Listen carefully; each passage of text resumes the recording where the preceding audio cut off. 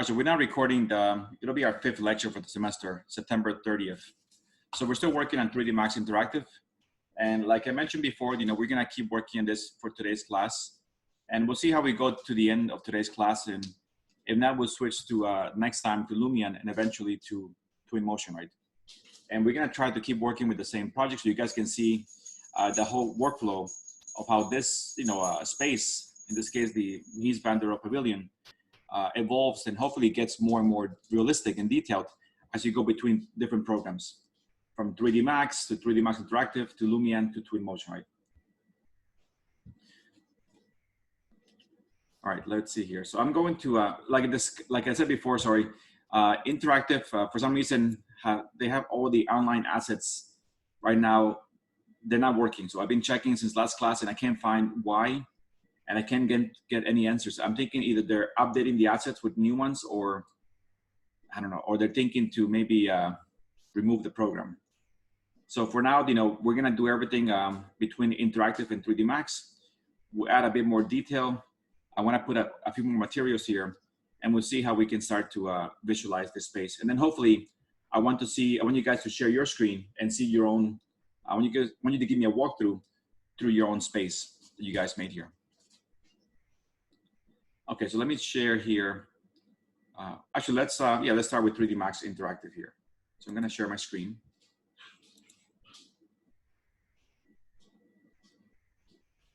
Just one second, let me just open also, in this case, 3D Max.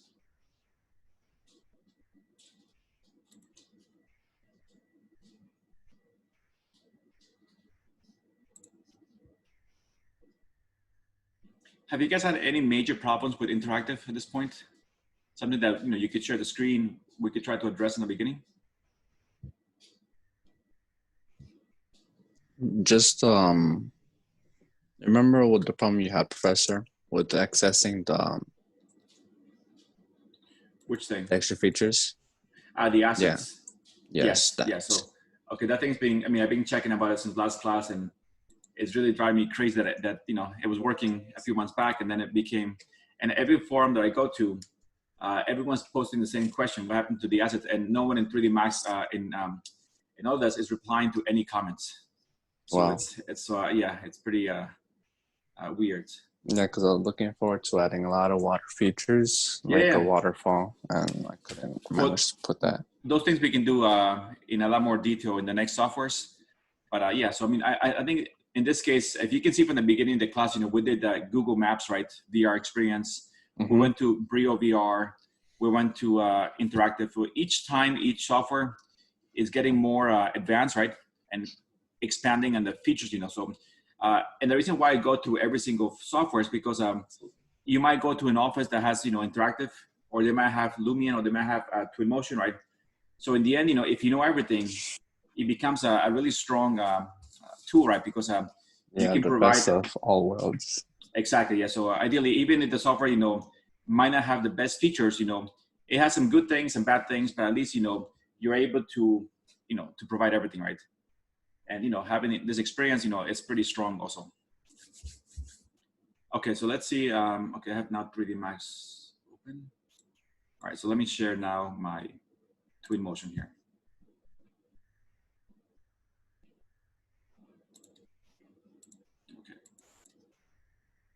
Did any of you guys visit the last week's faculty meeting? It was also a student meeting on Thursday. No. No? Did you get any emails for invites to this meeting? It was like a town hall meeting. Yeah, we got invites, Professor. Okay, it was mostly discussing the spring semester. So as you know, it's going to be also online, right? Again? Yes. It's not. You didn't know that? No. Yes, the spring semester is also online. So again, for me, it means I'm home now for, I miss, going to school in a way. But yes, it'll be online. Also, we're trying to add right now a lot of winter courses. So they asked me to teach animation during the winter. And they'll probably also add, I think 3609, which is the portfolio course. And a bunch of, because they're going to be online, then we should be able to give students, more choice of, courses. So if you're thinking to do an online course, check them out because there's more options now. Anyone thinking of doing something like that, or? Yeah. Yeah. So yeah, No, it's my last semester, professor. No? Okay. must be nice. To have your last semester, yeah. Yeah, but then comes the, you have to find a job, right? So, I mean, if you guys ever need any letter of recommendation, please let me know, be happy to give you guys, any recommendations. Thank you, Professor. I feel pretty confident with my portfolio showing them. No, definitely, because I'm always using yours as a sample portfolio for my other courses. Yes, you put a lot of time and and maybe one day I'll share it with the class here so you guys can see it. Yes. Professor. All right. So in case I'll be teaching the 3592 in winter, which is I never do. So. Yeah, we'll see up till 5 a.m. in the morning, waiting for the renderings. I know, yes. But it was great results. All right, let's look at here. So here you guys are seeing hopefully interactive, right? I had a couple of problems with my other course that when I recorded the lecture, it made it to a very wide viewing angle, just like my whole screen. So in the end, everything looked very small. So I'm trying to figure out why that's happening. So right now I'm showing only interactive in my screen here. But all right, so can you guys see okay everything?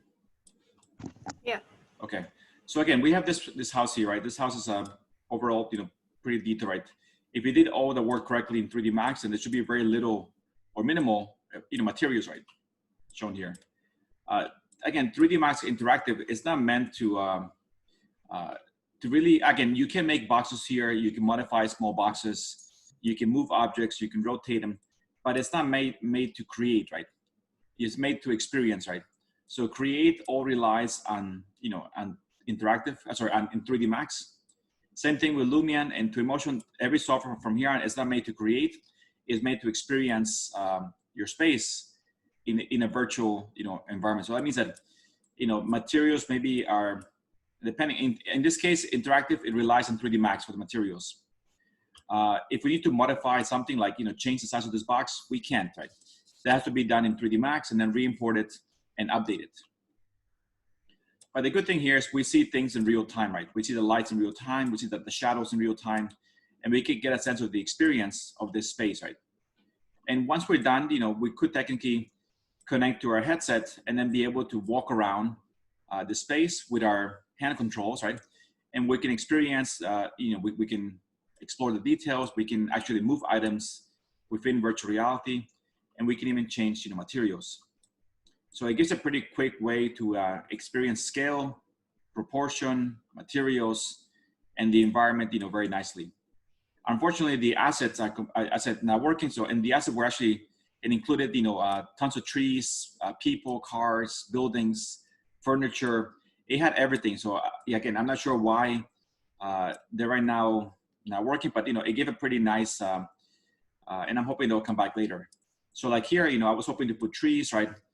And more, realistic water and such things in the space here. In this case, let's see if we can make again, this is for me at first because I've never actually made water here because I relied always on the water that came with the software because it already had animated water. It had already reflections. So there was no need to create anything, outside. So I want to see if we can create something that looks like water in 3D Max and then export it out to interactive and see what it looks like, So maybe we can do a good job here. Also, I want to try out bringing a 3D Max tree that has a lot of detail over here. Again, it's also a first because before I would rely on trees that came directly with the assets in the software. So let's start, by looking at, the trees, right? Because trees are a pretty cool thing to have, and they do add shadows and a better experience for the, for the atmosphere. So let me switch back now to 3D Max. Right. So again, we have this over here, right? And again, this is a pretty bare scene, not much for modeling. Ideally, this was going to be water here, and put some trees over here, right? And actually add other assets eventually. So if you took my 3D Max class then, you know, I always give you guys very detailed trees, right? That we can just drag and drop to the scene, right? And create, you know, and they already have all the materials, everything, you know, mapped to them. So if I go back to, let's see, let me find it.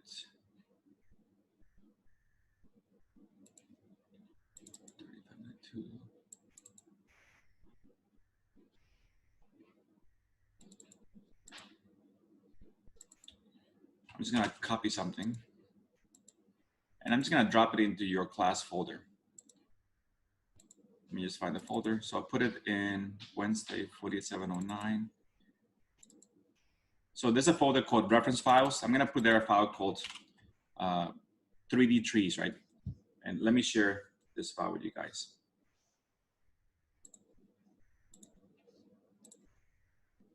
Okay, so this is the file. This is number 4, you know, in your class folder, right? Number 4 is reference files. We have there the Barcelona Pavilion package file that we did last class.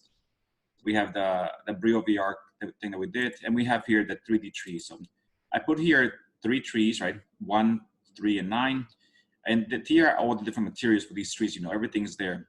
And again, if I look at this file, you know, properties. So this file is 44 megabytes. This one, it's 45. And that is, so again, they're pretty big files because, you know, these trees have every single leaf map. So let's see if we can try to bring this over to interactive, right? So again, these trees are linked to these maps, right?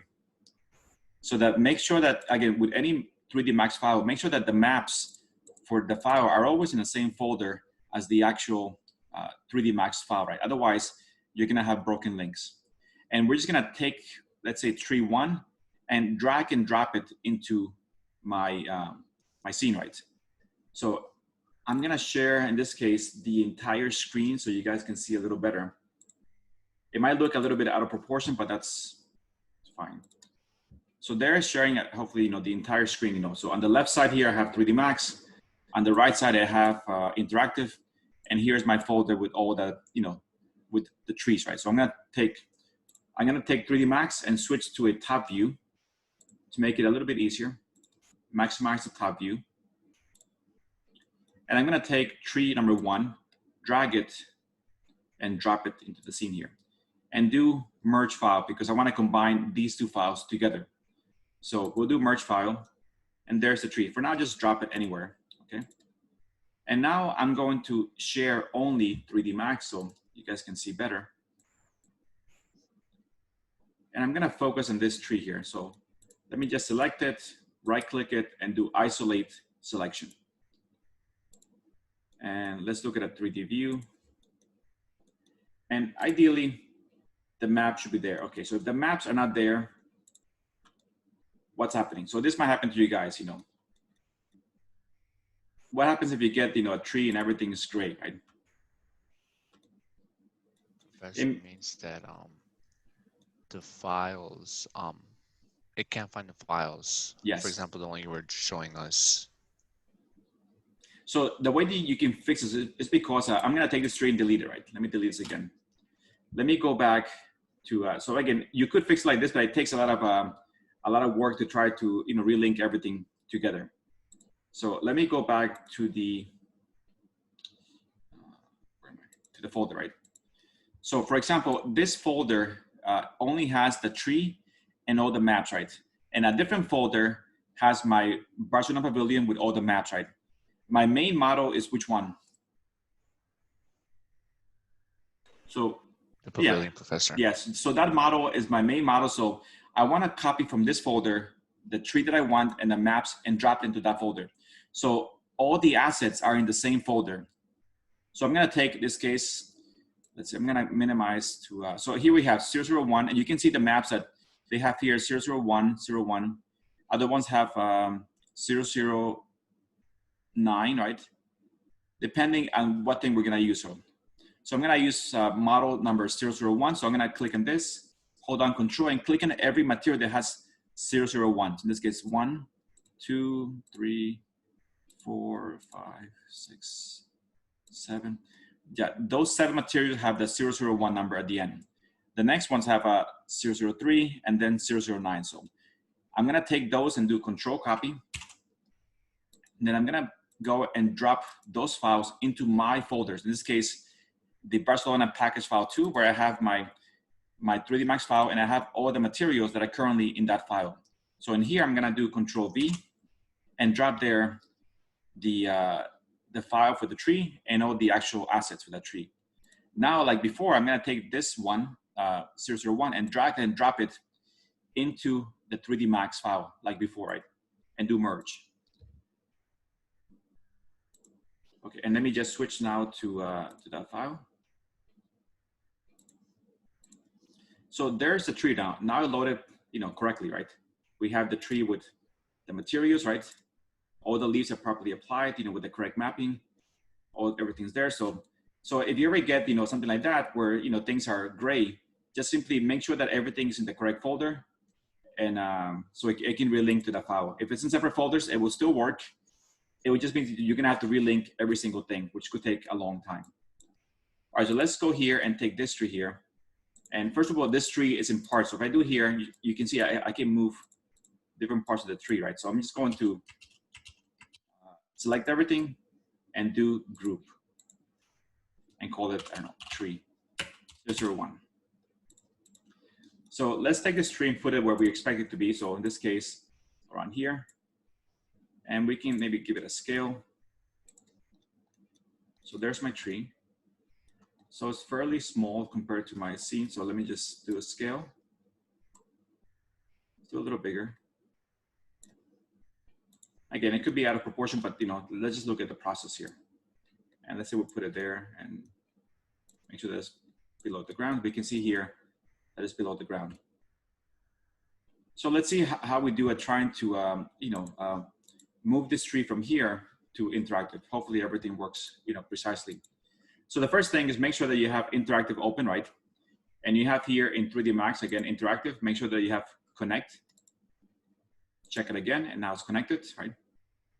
So we're gonna take this tree, select it, interactive, let's do level send selected. Again, pretty much keep everything on except shared materials here, combined mesh by material, and cameras. And same thing would generate UVs for light baking. Everything else can be on except those 4. And do send and close.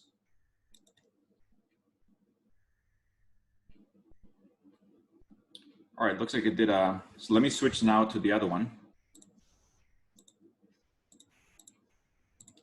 And it is working. We can see down here there's about 25% done with the export. And we can always move this in case as we wait. So, oh, there's our tree. Actually looks very nice, I think.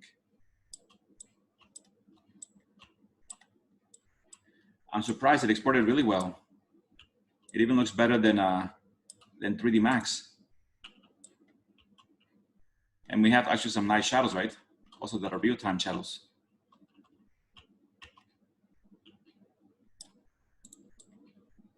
Yeah, I mean, I think it looks more realistic in interactive than 3D Max. So now again, this tree is pretty heavy, right? So yeah, Professor, or maybe you have a powerful computer. Maybe, yes. Okay, that could be it too. Yes, yes. Although not so more because they just released a new graphic cards this month. Already sold out. The graphic cards. Yeah. Yeah, they released the 3000 series cards. I was saying that it was already sold out. They said a bunch of bots bought it and then they started reselling it. That's what always happens, so yeah, exactly. I mean, it's a good time to buy the older cards, they're still pretty fast, right? Guys, give me one quick second, okay? I'll be right back, sorry, I just gotta check something out. Okay, my son's asking for a question. 1 second.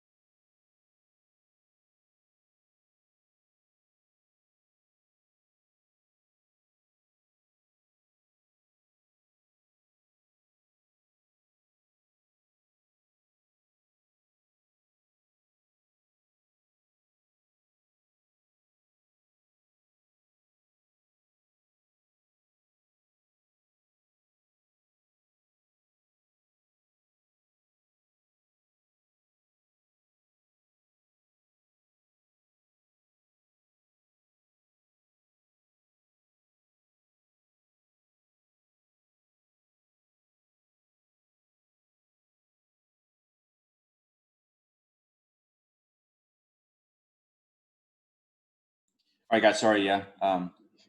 My son's taking online school, which is a hectic as hell. So,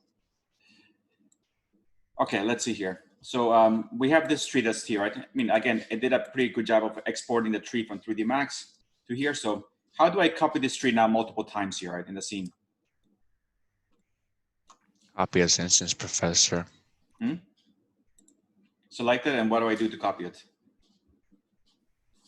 Hold shift or control. I got confused with all the programs. I know, I do the same thing, you know, when I go from AutoCAD to Rhino to everything. Photoshop, yeah, exactly, yes. Different. All right, so yeah, so it's pretty much, I'm gonna first of all try to move up here my scene so I can see better and kind of point down. Yes, oops, click my tree, hit F. Okay, so click here, right? Look for You're not sharing the screen anymore. Yeah, the screen professor. Really? Okay, I don't know what happened there. Okay, wrong screen, sorry.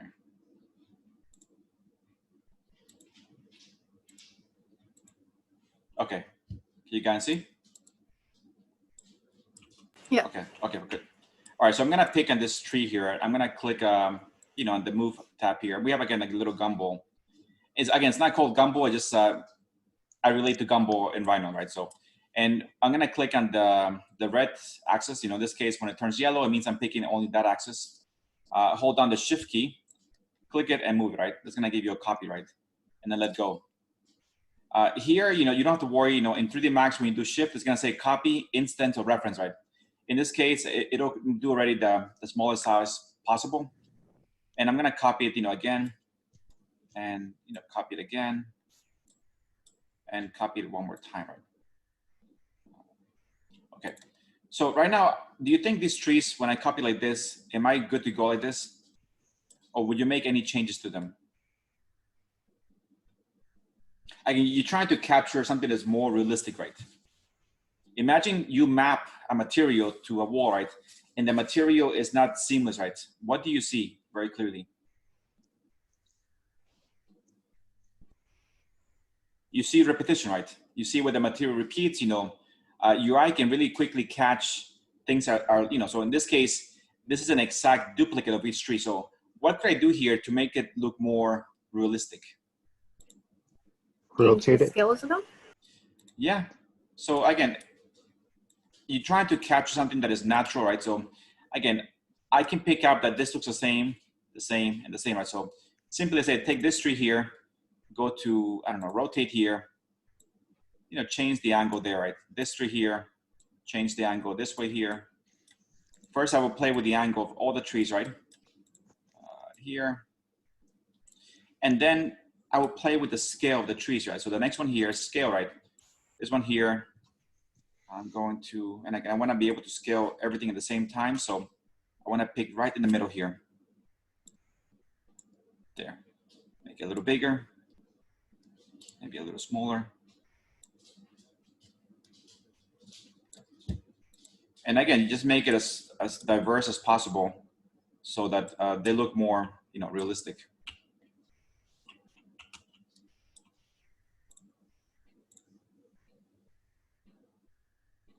Sometimes a little tricky. You have to go around the tree here so we can pick the exact middle. There. All right, once you have that, you know, again, something small is fine.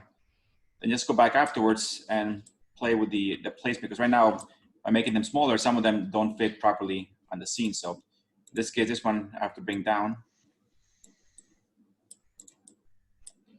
And let's do, so again, this looks pretty good. We can go through here. We have all the, again, this is really deep, but we get some nice shadows there. These trees can now be copied, you know, throughout the scene anywhere, right? So you could really bring any assets from 3D Max over to here. The one thing that I do want to see is eventually the idea was to come through here, you know, and this led to water, right? So water is a pretty cool thing to experience in VR because you can feel the motion. You can get seasick because of all the different things that are shown there. So let's see if we can make a water here in 3D Max, or try to resemble water and see what we can do there. So again, there is water here, right? This one came from 3D Max, right? But right now it's lacking what? The ripples, Professor. Yeah, you see that there is some reflective quality to this material, right? If I click here, and let's see if I look at the options here. There's really not much that shows you because it's simply just a reflective quality and a bump, right? So bumps are not really shown that well in 3D Max. So what we could do is maybe use a water effect, you know, like a map that looks like water, right? And try to, so let's see if that works. So let me see if I can do a search here. Search with you guys here.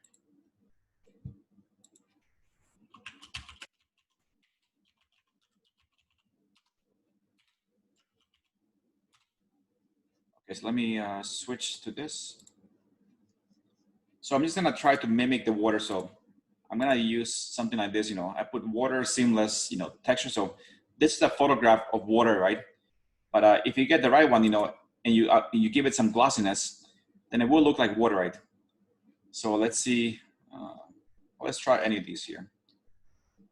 That one looks interesting, pool of water. It appears to be seamless, right? We can always play with the color afterwards, this one too. So let's try this one here. It's 1024 by 1024. It appears to be, you know, seamless. But let's just try it out. I'm gonna take this one, I'm gonna save this image and I'll put it, again, you guys can find something similar and I'll put it into my class folder.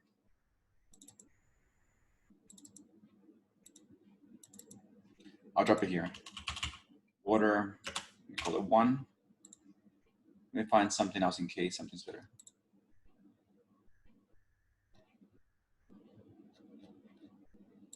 Well, let's try that one too. And we'll call this,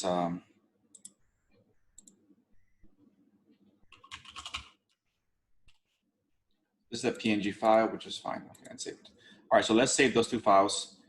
And then I'm going to go back to 3D Max, right?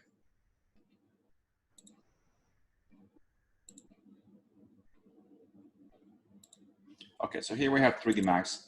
And let's just make a change. You know, let's make these 2 waters different. So let's go here. Forget what if I give those a name. Here we go. So yeah, I called this ground. I called this stone, landscape.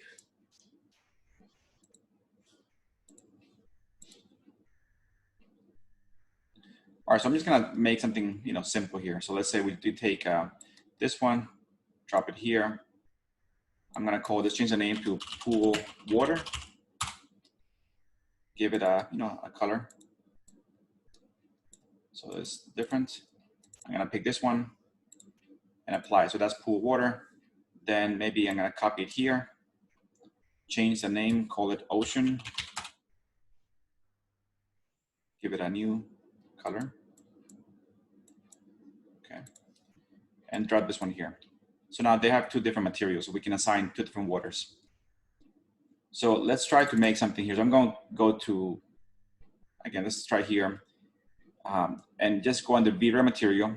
Again, you can do it in any of these other elements here. Once you apply it here, you can always apply a new material on top of it. It won't erase the other one that's already applied. So in case, you know, let's just start here with this one here.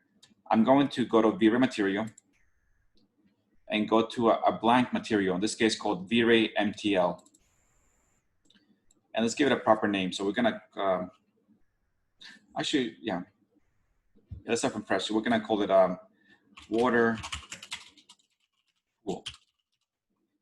And just go to the maps, right? To the diffuse. And make sure we go to bitmap.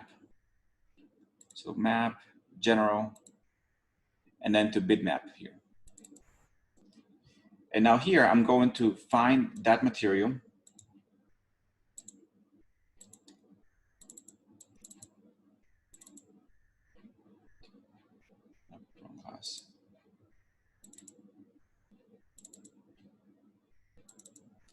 I'm gonna apply the one here called water too. Okay. So you guys can see this here. Again, it has no bump, but again, the bumps don't really work well on 3D Max Interactive. So let's take this one here and apply it there. If it turns gray, just go here and do show material in viewport. You know, there's the water. And I'm just gonna scale it through here, right? So if I go back here to the previous menu here, and you go down, once you're inside diffuse, which is the material, there's other properties inside here. So I'm gonna go inside the actual water material, and I'm gonna play with the tile of the water, right? So in this case, I can make the tile very skinny, right? I can make it, I can stretch it here. So I'm gonna make it, let's say, leave it as 1. This maybe we'll do as 2 to get a better sense of water, right? Maybe 2.5, 3, okay, that looks better. And let's make this, glossy, right? So let's go back up here. Let's go back to this one. And then I'm gonna move the reflect. So remove the Fresnel. Fresnel is for anything that is a matte finish. So I'm gonna take away the Fresnel and play with the reflect. So I'm going to just go into, like a gray color. And you can turn here the background on so you can see the water. When I make it bigger, you see that this water is now glossy. Again, it is missing a bump and everything, but let's see how it looks, from there, in this case. All right, so that, for now, that's pretty good. Let's just export this one here. So let's take this one, select it. Let's go to interactive, level, send selected, and send and close. Okay, now let's jump over back to interactive. And let's see if that water, how that looks. So we can see from here that you can see the sky, reflected on the water, right? Unfortunately, there's no movement, right? So the water's not, but it is, gives you a nice effect, very simple effect of water. You can see that, the sky reflected, so. And it is better than having just kind of blue and those things there. For the one here, again, let's go back to the other one.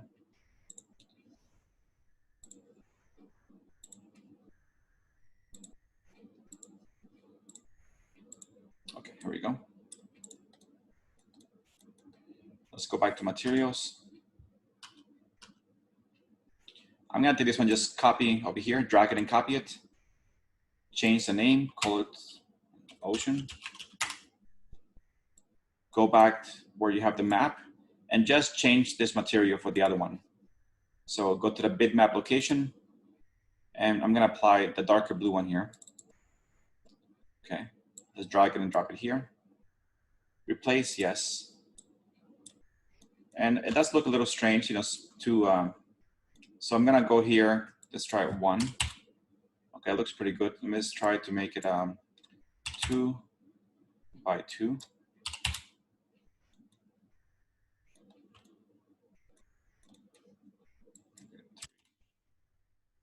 3. Okay, so that's, for now, that's pretty fine.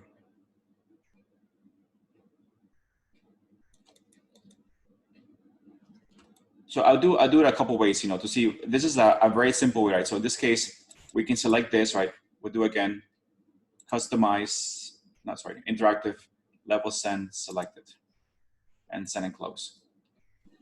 Let's just switch back to the other one. Professor, it looks like the water from Fortnite. Exactly, yes. I was thinking the same thing, yes. So that was gonna be my next comment, yes. I mean, I'm playing Fortnite too much these days. Yeah, because for Fortnite, it's more kind of cartoonish. Yes. So yeah.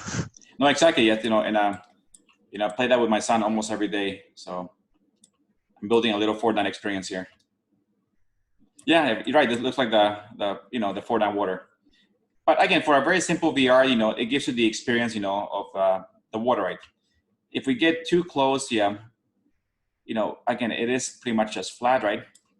It's not really bad, having the clouds, being shown there, it does give you a better sense of, the experience. But let's try, see if we can do it a better way. So I'm gonna give you guys all the different features that we can try here to improve the quality. So let me go back to 3D Max. Okay, here. So let's do a quick, let me just rearrange this. Okay, perfect. All right, so let's go here and let me see if I can go to, let's see, where was it? Okay, so we're gonna go in this little sphere here, right?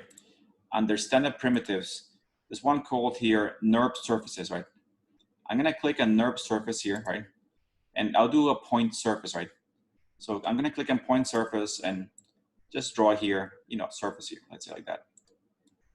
This surface, before you get, you're gonna see here that you have some points here. I don't know, can you guys see the points over here?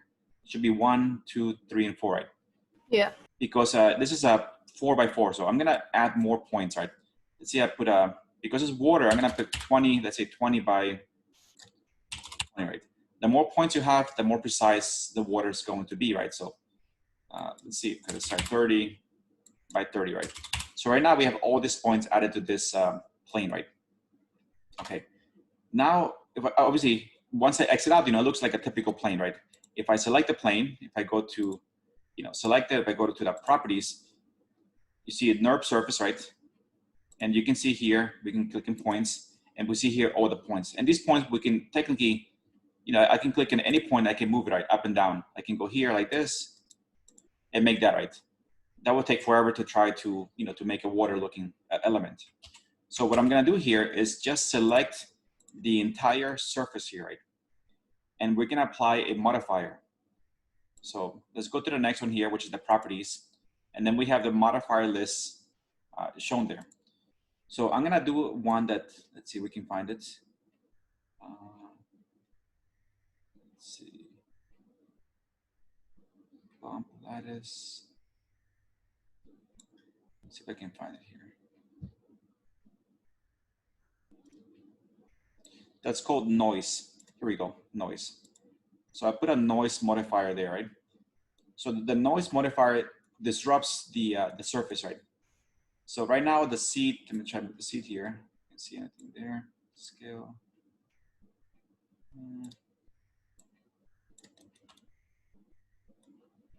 Is it doing anything?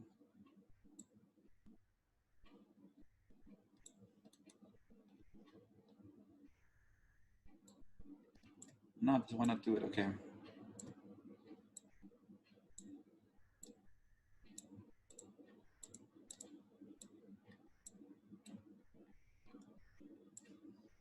Okay, let's try something else. That didn't do it. Let's try one.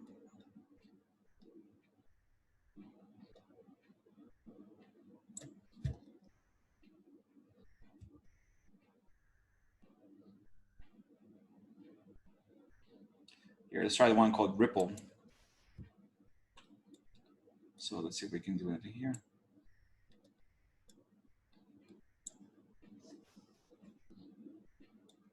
Okay, I started to see something there. Can you guys see it? Okay, there we go. It's looking a little better. We have the second element. The wave height right now is 4 feet, so let's make it, let's try 1 foot. And this is just a matter, right now this is pretty rough, right? We can make it more. Again, this could be used for making, mountains, but I won't go too high in the ripples. This is the second wave. One is going up, one is going down. Wave height.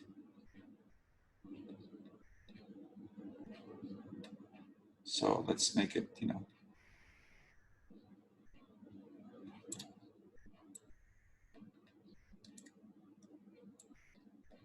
and decay. Decay is, is the size of the wave. So come on. Just a little bit touchy.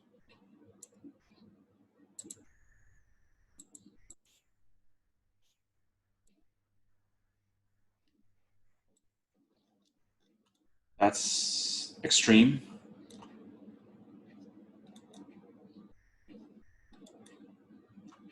But this is an actual surface, modifier, right? It could take a bit of just, playing with the numbers here to reduce the size here. So again, right now it's a pretty big wave, so I can obviously make it less. I'm just trying right now to exaggerate it so you guys can see hopefully more detail. I'll say I like this like this. So let's just take, I'm gonna place this one above the other one. So this way I don't have to delete it.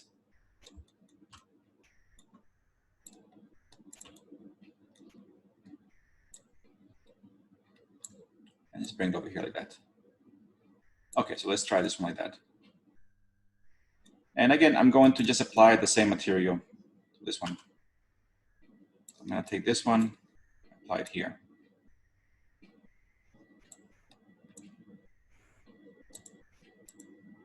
Professor, why doesn't it appear? No, it's not letting me apply it yet. That's fine. This is surface 02. Okay. Yeah, outside it's not letting me apply it to. Select it, apply. Let's try, okay. So right now this thing has a modifier. So let's try to, I'm gonna select the surface, right click it, and do convert to editable mesh. This is gonna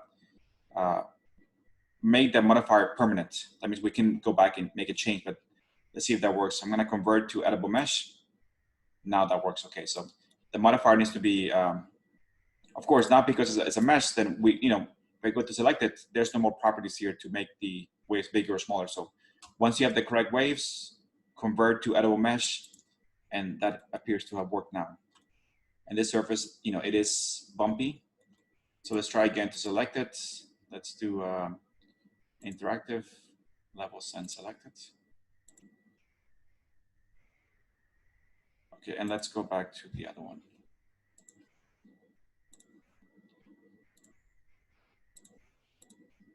And that doesn't look, again, the waves are too big, but again, I'm trying to exaggerate the waves.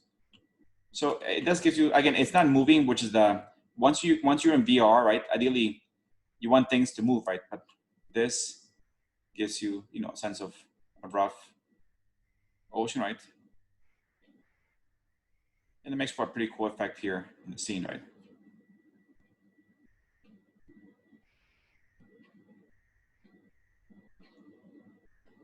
If I go back out this way,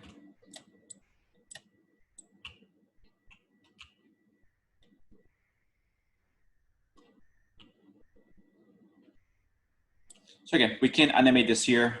Once we go to Lumion and to motion, then we are able to animate the water, and it's going to be always moving as we apply it. If I click this water here, where is it? Here it is. And I go to the properties here.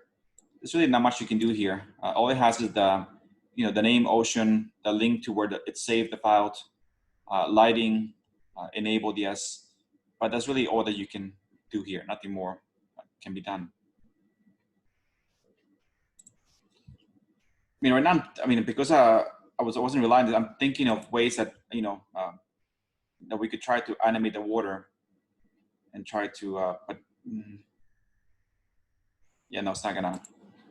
So I think for now, this will be our limitation, right? So we can make this world, again, it won't be the most precise or realistic, but it'll be a good start at, at understanding how to, go between interactive 3D Max and try to get the, the feeling of being in a virtual, space. So let me now test out this level here. So for this, I will have to stop sharing and I will share the entire screen. So when I go here to game mode, we see this, right? So we can really explore. The speed, it is limited, I can't go quicker anymore, but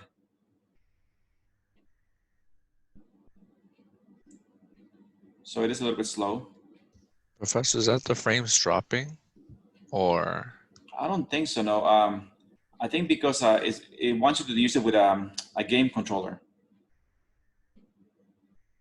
Because, when I do shift, it's not going any quicker. It just has one speed also. Also, when I do Q and E to go up and down, it won't let me do it.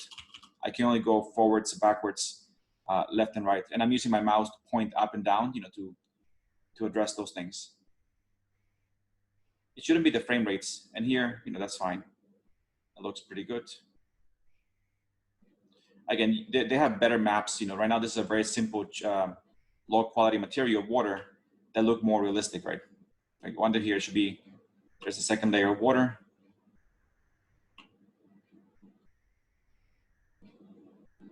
This looks pretty good, this material is seamless. So again, we can go inside, obviously, here.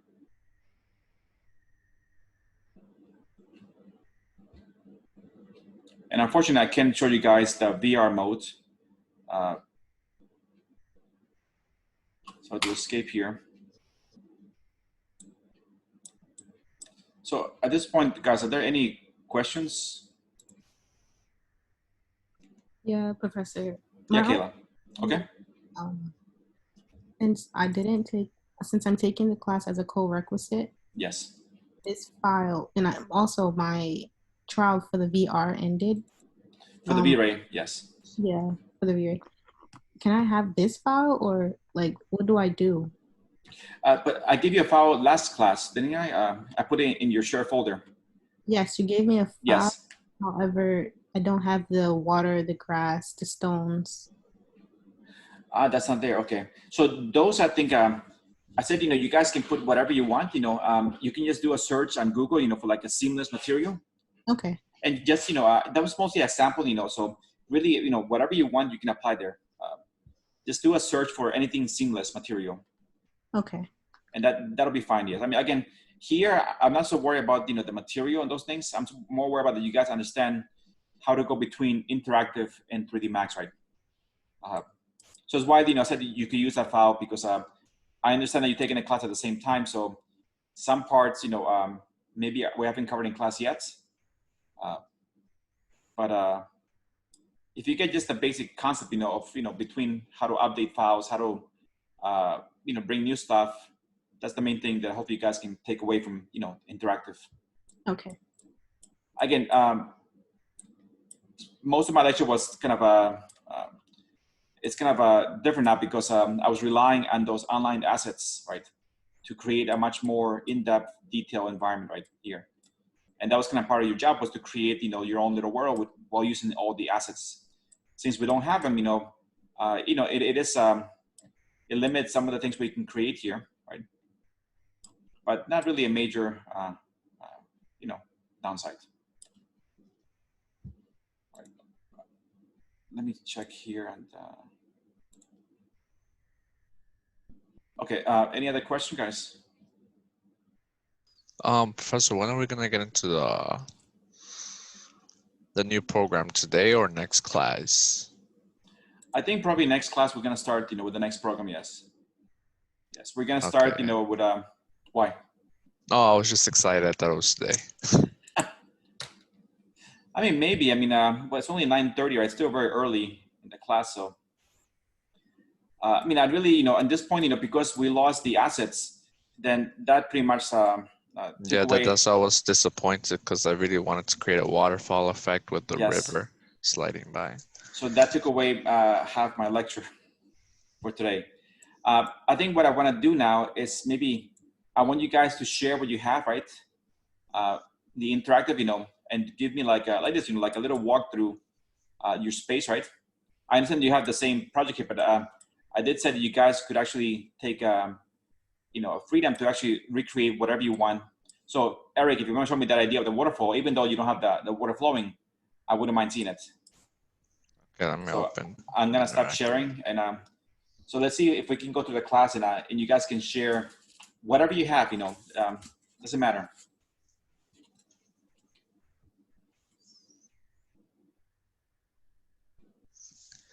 Okay, let me get my mouse. Okay.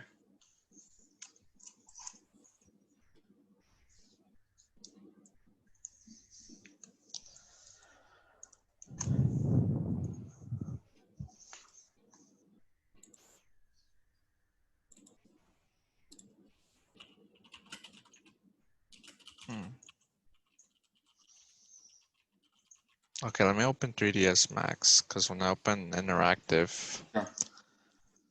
The geometry isn't there. Okay.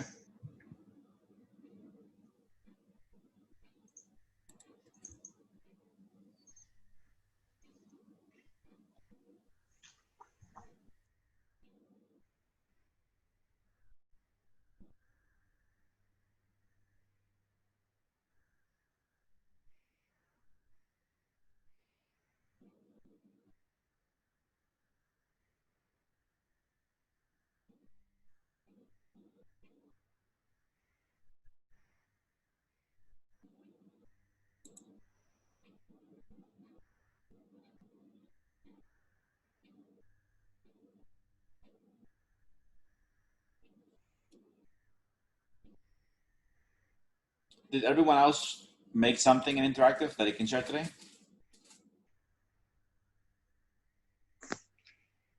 I'm having a problem with my computer. I was using a combination of programs last night, and Yeah. I don't know what happened. It seemed like everything, especially the Brio VR. I was doing some stuff with that, and that just tipped it off, and it's like froze my computer for a minute. Okay. So I'm late today and everything. I'm trying to get my computer back up and running. Gotcha. Okay, no problem, Sawasi. I could share mine, but it's just everything's white. That's fine, just share in the meantime while Eric loads his Professor, project. Yeah. I opened 3ds Max, and it said that there was an error because of the graphics card, which is weird because it was working. And this is a brand new laptop. Yeah. Because interactive, I saved it. However, the geometry is not there. And even though it's kind of transparent, because obviously when I tried last time, it was like transparent. Yeah. You don't see that transparency. And 3ds Max 2020 is like, it says the graphics card error. I'm trying again now. Okay. I see the toolbar so far. Okay. You might have to just either close the file, reopen it again, or if it's asking for a graphic card problem, then maybe just restart the computer to refresh the graphics card. I mean the graphics. But try again and let me know, okay? So what it says is could not initialize the graphic device. Potential solutions are update your graphics drivers and retry, or change the graphic device used by 3ds Max with the command line. That is very weird. Can you share your screen right now for a second? Yeah. Share screen.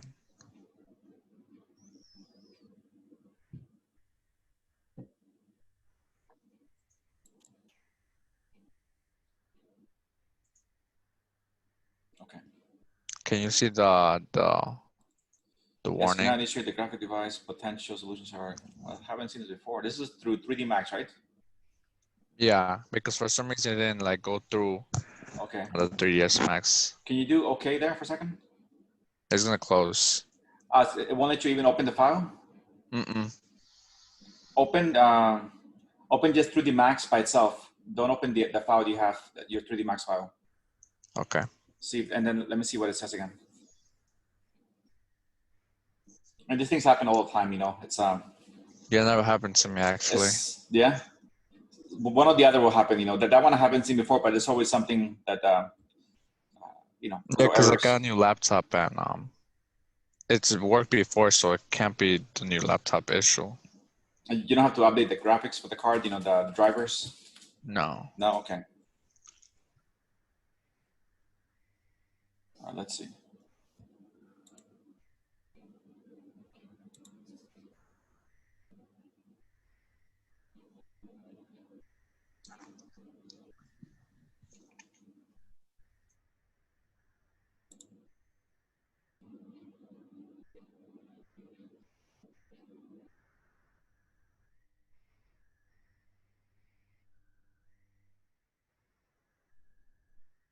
Okay, so the same thing, right? So it won't even let you open 3D Max. You're muted, Eric. Okay. Yeah, I think I think it might be restarting the computer because I put it to sleep last night, so I haven't restarted down restart in like 2 days. Okay, I mean try to do a full computer restart, and see, and then let me know how that goes because I mean, if you leave it in sleep, it really shouldn't happen for a couple of days, unless maybe there was a glitch, maybe a power outage, something turned off, No, I don't think so, because okay. I've been on Photoshop and Premiere Pro, Hmm. and nothing happened.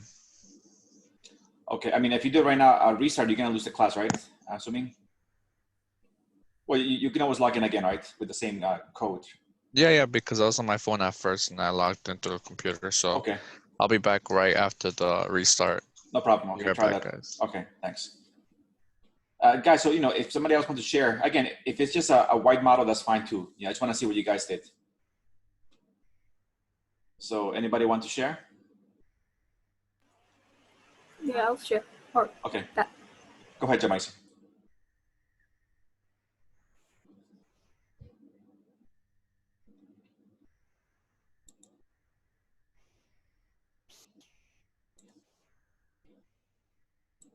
Never mind. So something's wrong.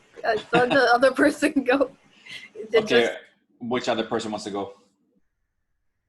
Anybody? Come on, guys. Professor, I actually didn't want to go, but I wanted to ask you, because yesterday when I was trying to import the model into 3D Max Interactive, Yes. it was giving me an error on the bottom. Hold on, I saved the name of the error. After it was showing that it was uploading into the 3D Max Interactive, Mm-hmm. but when the upload was done, it was giving me a red error on the bottom. And I tried it like 3 times, but it still wasn't working. Hold on. Typically, when you get like a red error, like you mean like that the geometry is glowing red, kind of looking transparent? No, the geometry wasn't loading in. It wasn't, okay. Were you loading this file that we have in class, the Barcelona Pavilion? Yeah, that one. So the same one that I gave you guys, or your personal file? No, I tried my personal file, but it's because last semester I did the mistake of doing my night renders and then my day renders. Yes. So I didn't have my lights in my model. Okay. So I used the file that you gave us. Okay, that's fine. Yeah, no problem. Hold on, I'm opening the file now. If someone else can go while I open this. All right, we're going to the whole class. Okay, next one. Who wants to try this? I could try. Okay, Sure. Lenny, go ahead. Thank you. So this is what I got so far. I didn't do too much detailing because my laptop was starting to about to crash midway. So I was Okay. like, oh god, I didn't want to Okay. put too much. Okay, that's fine. Yeah, it's basically just the stairs and a little platform for the model. Okay. So you're using the one I gave you? No, I'm using the one I did. Okay. Can you go closer? You just give us, a little, I want to see how you guys, move through the whole project, do like a little tour, walkthrough. I'm not. Space. How do you zoom in without going so fast? Sorry. Well, use the W, right? W. I'm using it, but it's just not letting me. First, hold down the right mouse, and then hit W. The right mouse. Oh. So click on your right mouse button, and while you're holding it, hit W. Yeah, it's not doing anything. Okay, so go to the game mode, right? Do on the play button, right? Yeah, so that one, yes, run project. And it's gonna and it's gonna force you to use the WASD controls. Okay, it's gonna load that, yes. Are you working on 2 screens or 1? Just one. Okay. I don't have 2 monitors. So did it load something else or no? It's loading it up right now. Okay, so yeah, so I believe that's the game preview mode. So let's see. Yeah.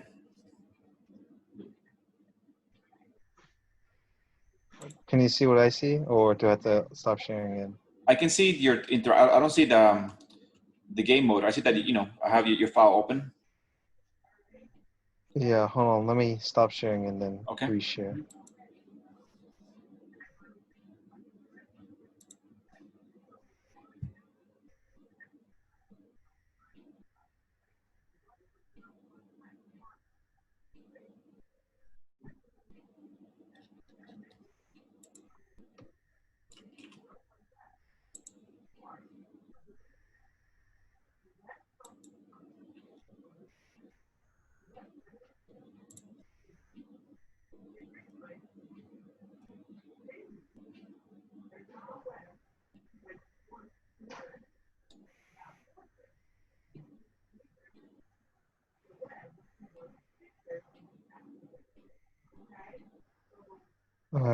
Oh, there you Okay. go. Okay. There. Yeah. I see the black screen. So it should load the project soon. There we go. So now just use the W AC controls, right? Okay. Yeah. All right. Good.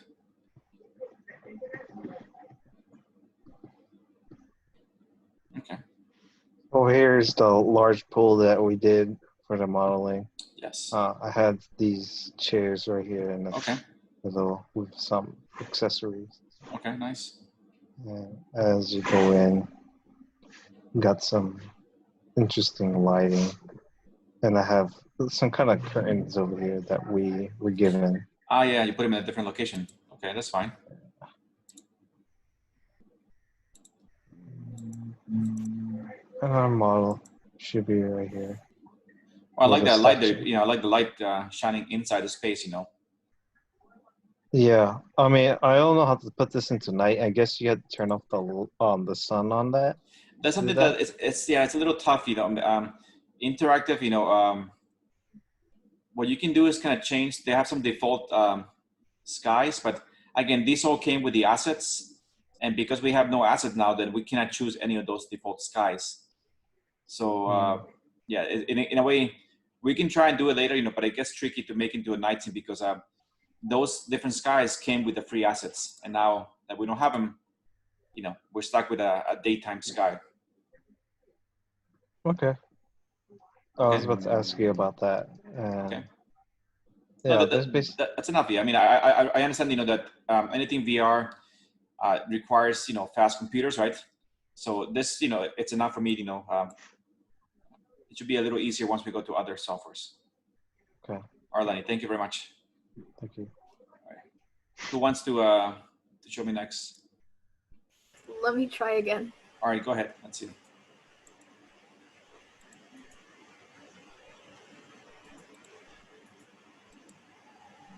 Can you see my screen yet? No. It's loading. Okay. That looks pretty cool. What is that? Oh, it's a geodesic park I did for, I think, Design 5. Okay. Nice. Put it into the game mode and then walk through it. Let's see. So I think I have to stop sharing and share again. Okay.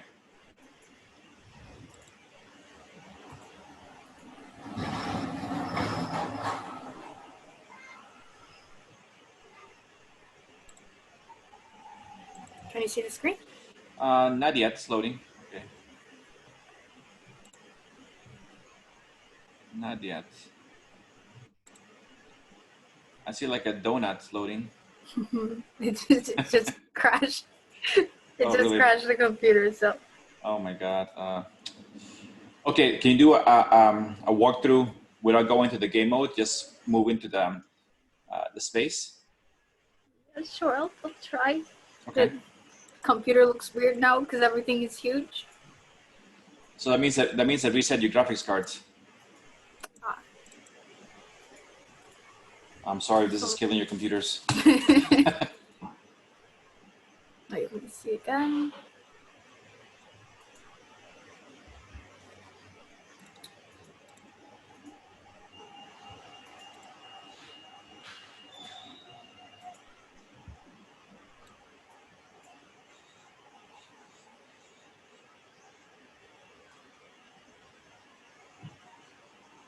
I can see the project. Okay. Okay. Oh. Okay. It looks pretty cool. Yeah, I like it. Yeah.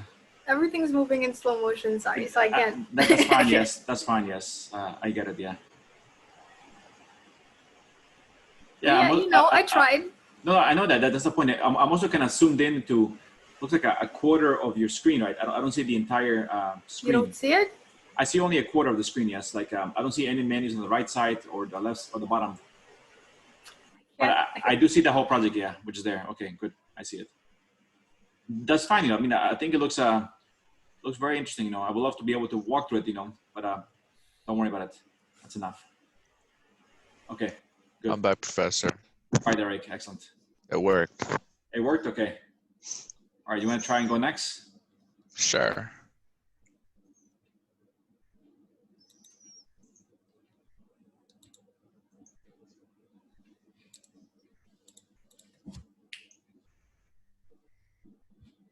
Okay, so whenever you want, you can share. Okay.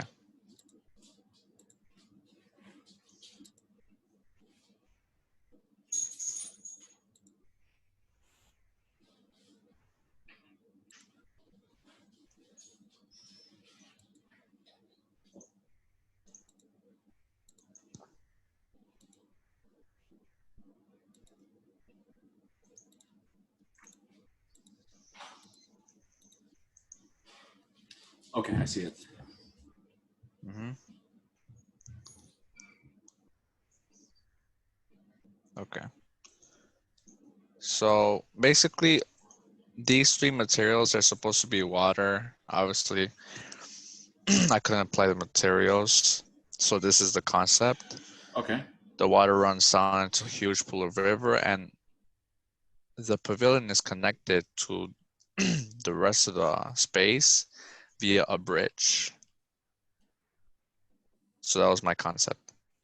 That's a pretty big waterfall, yeah. Yeah, I wanted it to like extreme, yes. Okay. Okay. And And yeah, so I was also like trying a bridge? to add. No, on the right side. Yeah, and I was also trying to add rocks using interactive. Yeah. But obviously, I was waiting for it, and yeah. I mean, luck. In your project, you know, under the assets, right?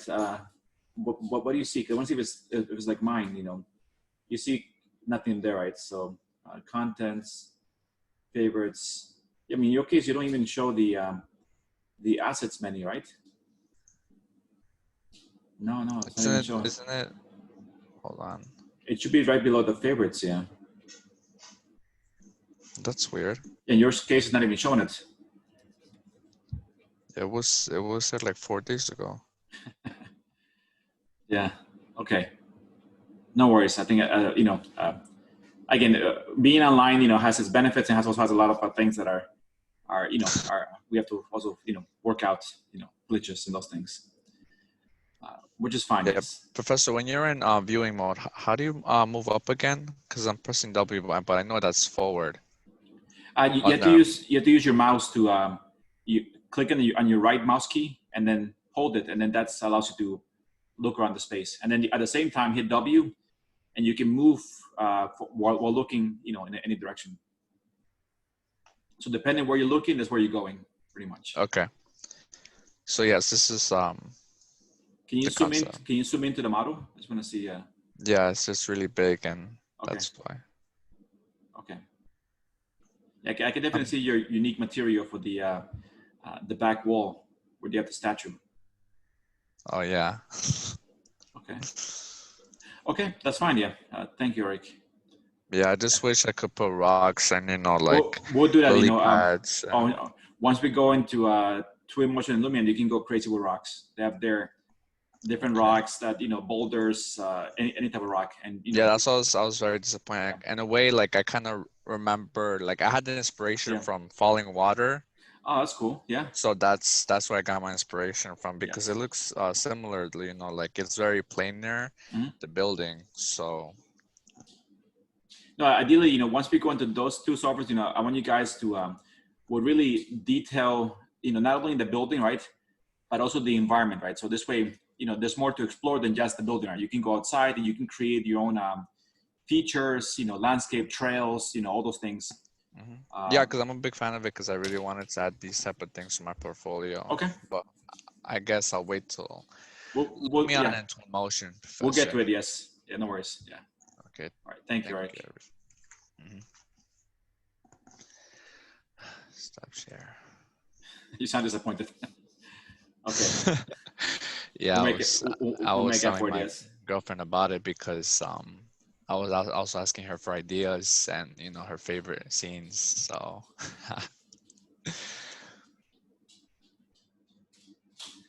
Okay. Okay. Who else wants to share?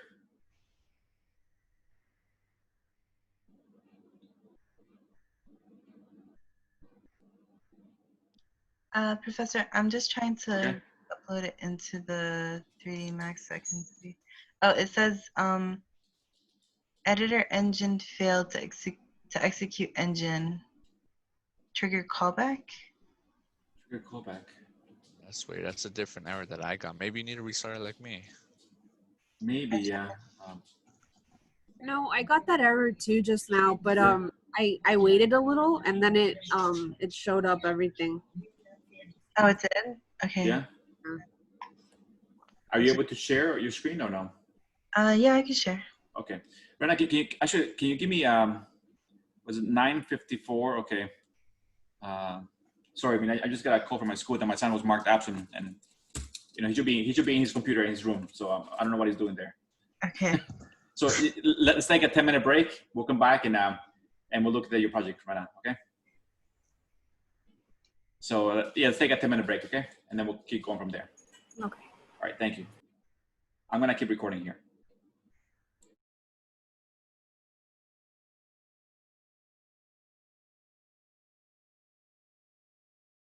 Quick question. Can anyone help me with my computer? Because none of the graphics cards are Yeah, responding. sure. Well, so what's the problem that you have?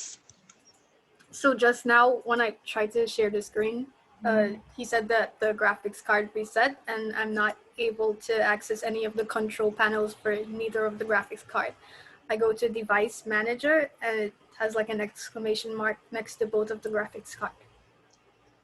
Did you try restarting it like I did? Like the entire computer? Yeah. No. Then I guess I'll see you guys. Yeah, because See you that guys. works for me. So just restart it and it should work. It worked for me like right away, like like magic. Okay. All right, cool. Good luck.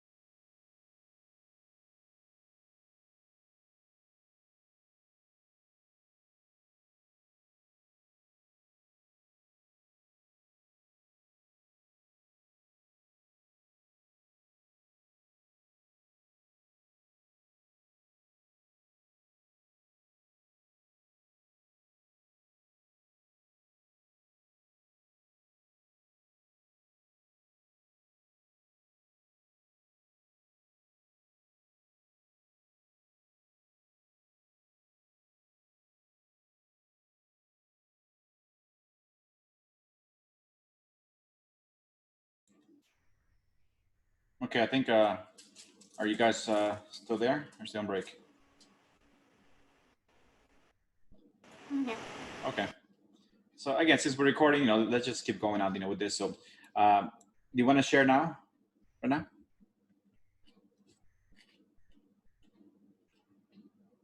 Are you there? Okay. In the meantime, does anyone else want to share? Elizabeth, Kimar, Abril. Professor, Yeah. you said you wanted to see my screen? Yes, please. Yes, if you can. So go ahead and share whenever you want. Okay.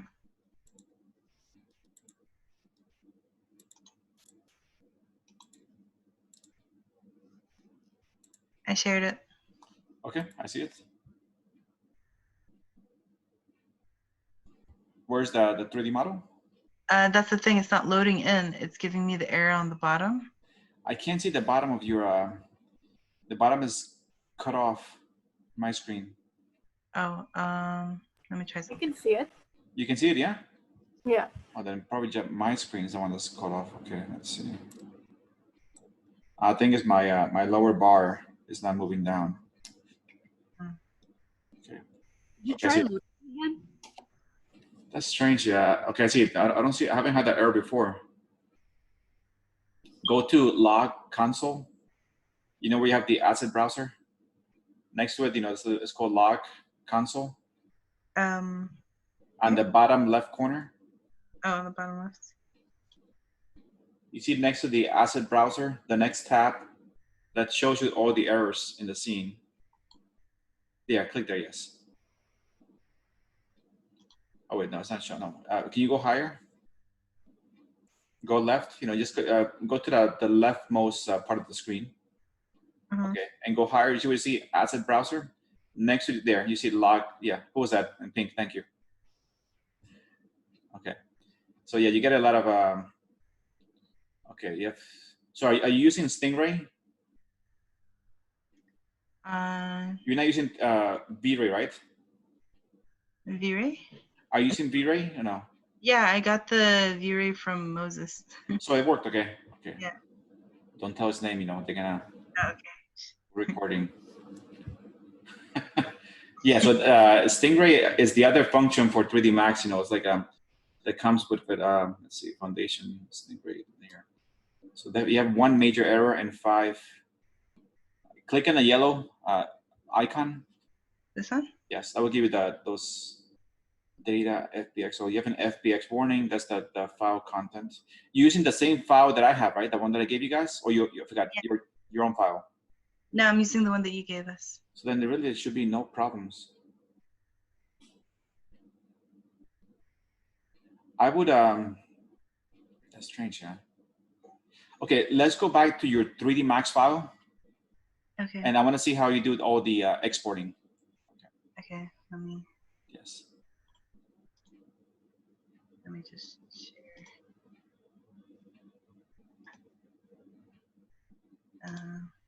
What's this? Okay, perfect. So okay, this is my file. Okay, the one you have. Okay, okay, looks good.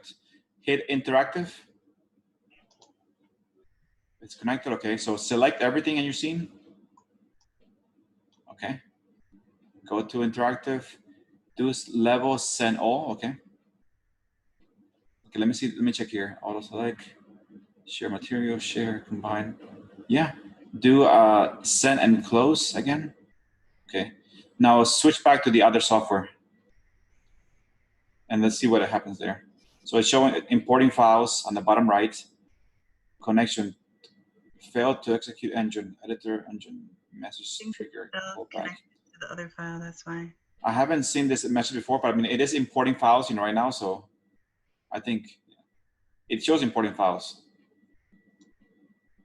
I think that's from the last time I tried to import So them. in that case, looks like we might need to close interactive.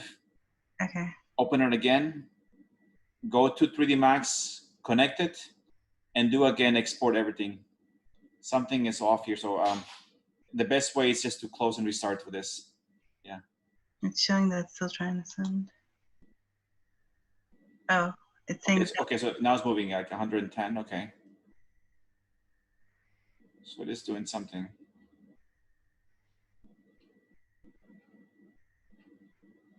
All right, so it is.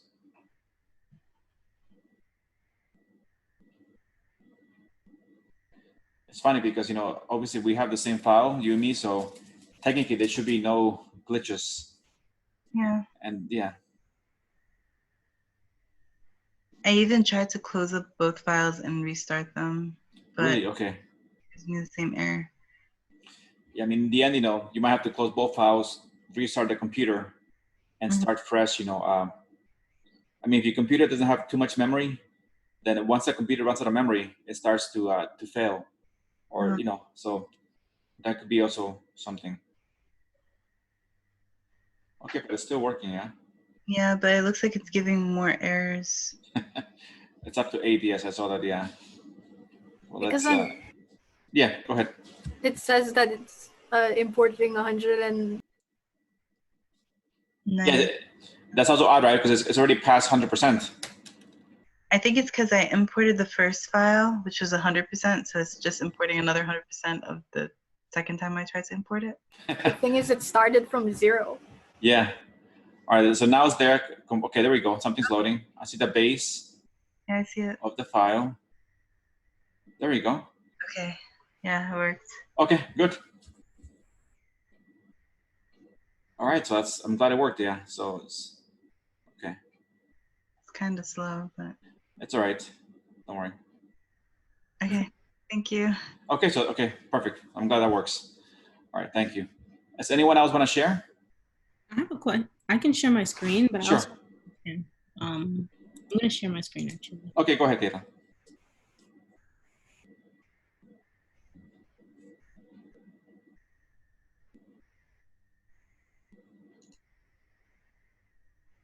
Oh, I didn't install Zoom on my new laptop, so I have to wait. Ah, okay. So does anyone want to go in the meanwhile? Mariam, Abril, Kimar? I can go. Okay.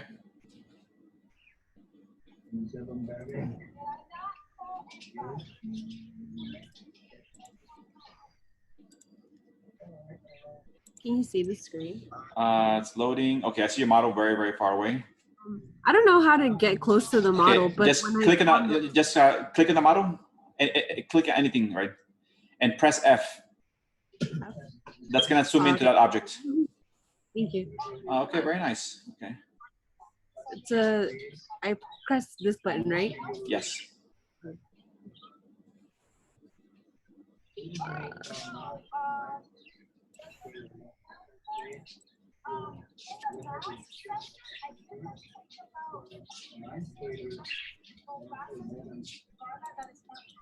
I don't know what happened. Oh, never mind. Can you guys see the screen up? I know. Are you working in two screens? Yeah, I No. did. Well, just interactive. Okay, you might have to do Alt Tab to switch to the correct view. Alt Tab? Yeah, Alt Tab allows you to jump in between different open screens. I don't think it's letting me. It, like, it takes it out. Yeah. Okay, in that case, can you walk around through just to the main screen just by using the W control ASD? Yes. The main screen. Okay. Yes. I also wanted to do like some sort of like waterfall here, okay. and then I made like this. I was trying to make a fence, and I couldn't go any further with the landscape design of it because for some reason my 3ds Max was getting so glitchy. I don't know why. Even right now, I don't know if you saw the loading sign or whatever it is. Okay. I don't know why it was getting so glitchy. It's all right. I mean, I can see that you definitely tried to modify the landscape, you know, other things there. And this is what's your personal model, right? Or the one that I gave you? No. Yeah, the one that you gave us. Okay, that's fine. Yeah, right now I can't. It's slow. It's zooming in like very slowly. Slow. Okay, that's fine. Are you working on a laptop or? Laptop. Okay. All right, that's fine. I just see that you put some work here, so no worries. Thank you.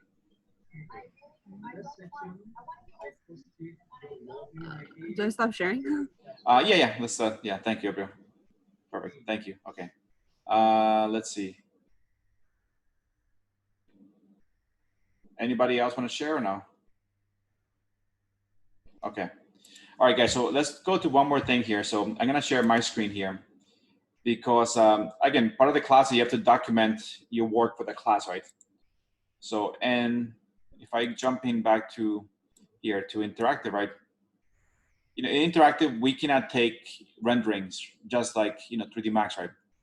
So the way that you guys are documenting your stuff here is just by taking screenshots, you know, because this is meant to be a VR platform.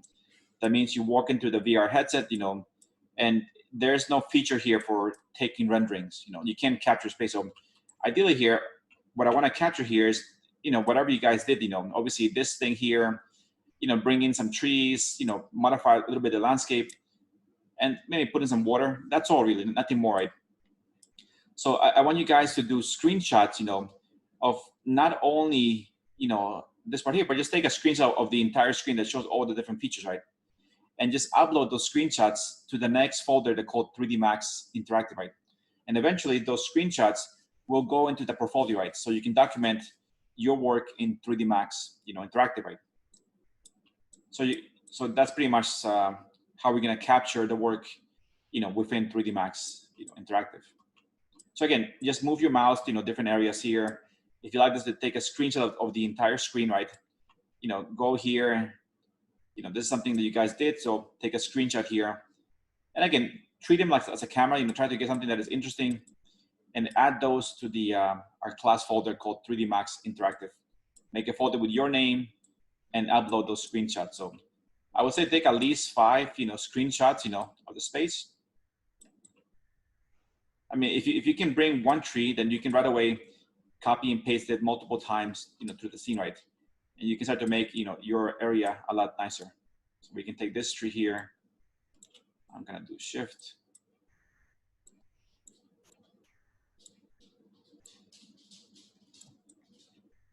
So right here, putting this tree, you get some very nice, you know, shadows, right? So we can look at the space here. So this, you know, we'll take a shot of this like this, you know. So I want you guys, obviously we don't have as many assets, but bring in some things from 3D Max, you know, try to place them here just to make a better, you know, atmosphere. And that includes the creation of, you know, shadows and these things like this. Unfortunately, also like I mentioned before, we're stuck with a daytime sky because the other skies were part of the assets, you know, to get other environments. And since we don't have access to those, then, you know, we can make it night or anything like that. So, which is fine. So is that part, you know, somewhat clear, you know, how we're going to capture our work in interactive through screenshots? Yeah. Okay. I mean, I get, you know, that, you know, your computers might not be as fast. So if you need more time, you know, to capture your 5 screenshots, you know, you're trying to put more work, you know, try to put as much as you can by next week, right? If you need more time, I'll give you more time for you guys to, you know, take longer and try to, you know, add more detail and add those screenshots afterwards. Professor, are you talking about the screenshots for this assignment? Yes, for this one, yes. Because we cannot do any renderings here, really. So all we can do is try to do your trick of adding like the water from 3ds Max and not interactive. So I'll work on that. Okay. And I'll see if I can manually place rocks from. Yeah, I mean, I wouldn't worry. I mean, it looks like you know, we'll take a lot more time in the other 2 softwares, you know, that are more they have a better library than this, you know. This is a good thing to know if you're working with 3D Max, but since it looks like something's wrong with the assets, you know, it's, in this case, if there's no assets, it's very limiting the software because it had, you know, everything, right? And now doing between 3D Max and bringing everything just takes too much time, you know. Before you could also, you know, there was an asset for grass where you can paint real grass and it gives you the feeling of, you know, moving through the grass. You know, also the water, it was animated automatically. So either they're fixing the assets or they're doing something, but in the meantime, you know, I won't go any further with this software, you know, and we can start to looking at you know, Lumion and those things in more, you know, detail, right? So for now, whatever you have captured through, you know, screenshot, right, If you're gonna put a waterfall, then give it a water map, right? Like we did here, and then take those shots. If you want to try this, where I just gave the water a bit of waves, that's fine for now. Right? Yeah. So, what was a nerve surface, and then switching to edible and then mesh. I gave it a edible mesh, and I gave it a modifier. So before edible mesh, give it the ripple modifier. Ripple or noise, Professor? No, noise didn't work, so I went back and changed it to ripple. Okay. So it'll be under the modifier list in 3D Max. Okay, Professor. Okay. Okay, guys, any questions?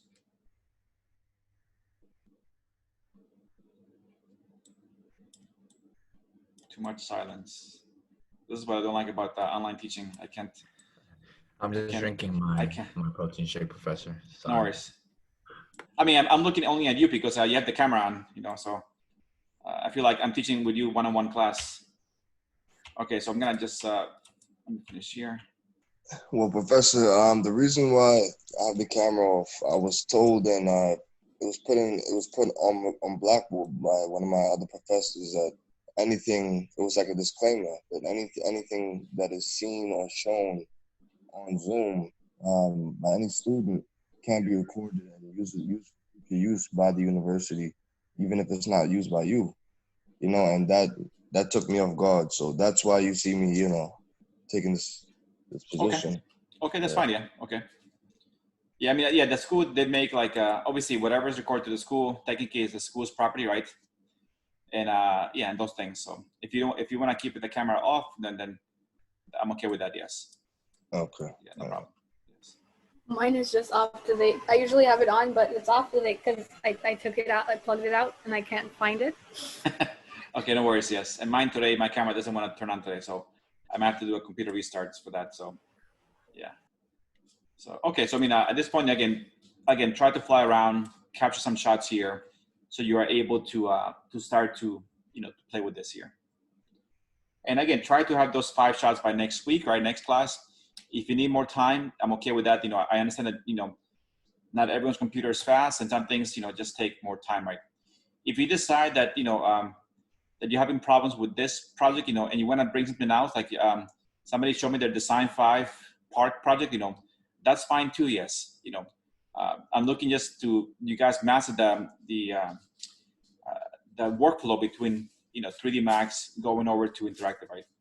So if you want to show other projects, I'm okay with that too, the class. Okay, let's see here. So we're gonna be working in Lumion, Twin Motion, right? So, and I don't know if it's a good day to start today Lumion because it's it's already 10:20. So, but I'm gonna start by maybe showing you guys a preview of a Lumion, project, right? So you guys can see what Lumion can do, right? So we can start to explore those things. So I'm gonna stop sharing right now. This one. Should I do file? So Lumion can do renderings as well, right? Yes, of course, yeah. Renderings, animations, and 360 VR images. Okay. So let me save this before I do that. Okay, stop sharing. So right now I'm loading Lumion 10.3. And I'm gonna try to update to 10.5. But if you don't, it's not really a big deal. All it has is maybe a few more assets, maybe more furniture.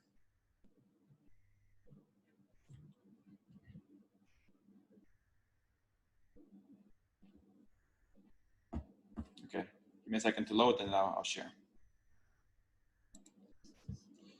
Okay.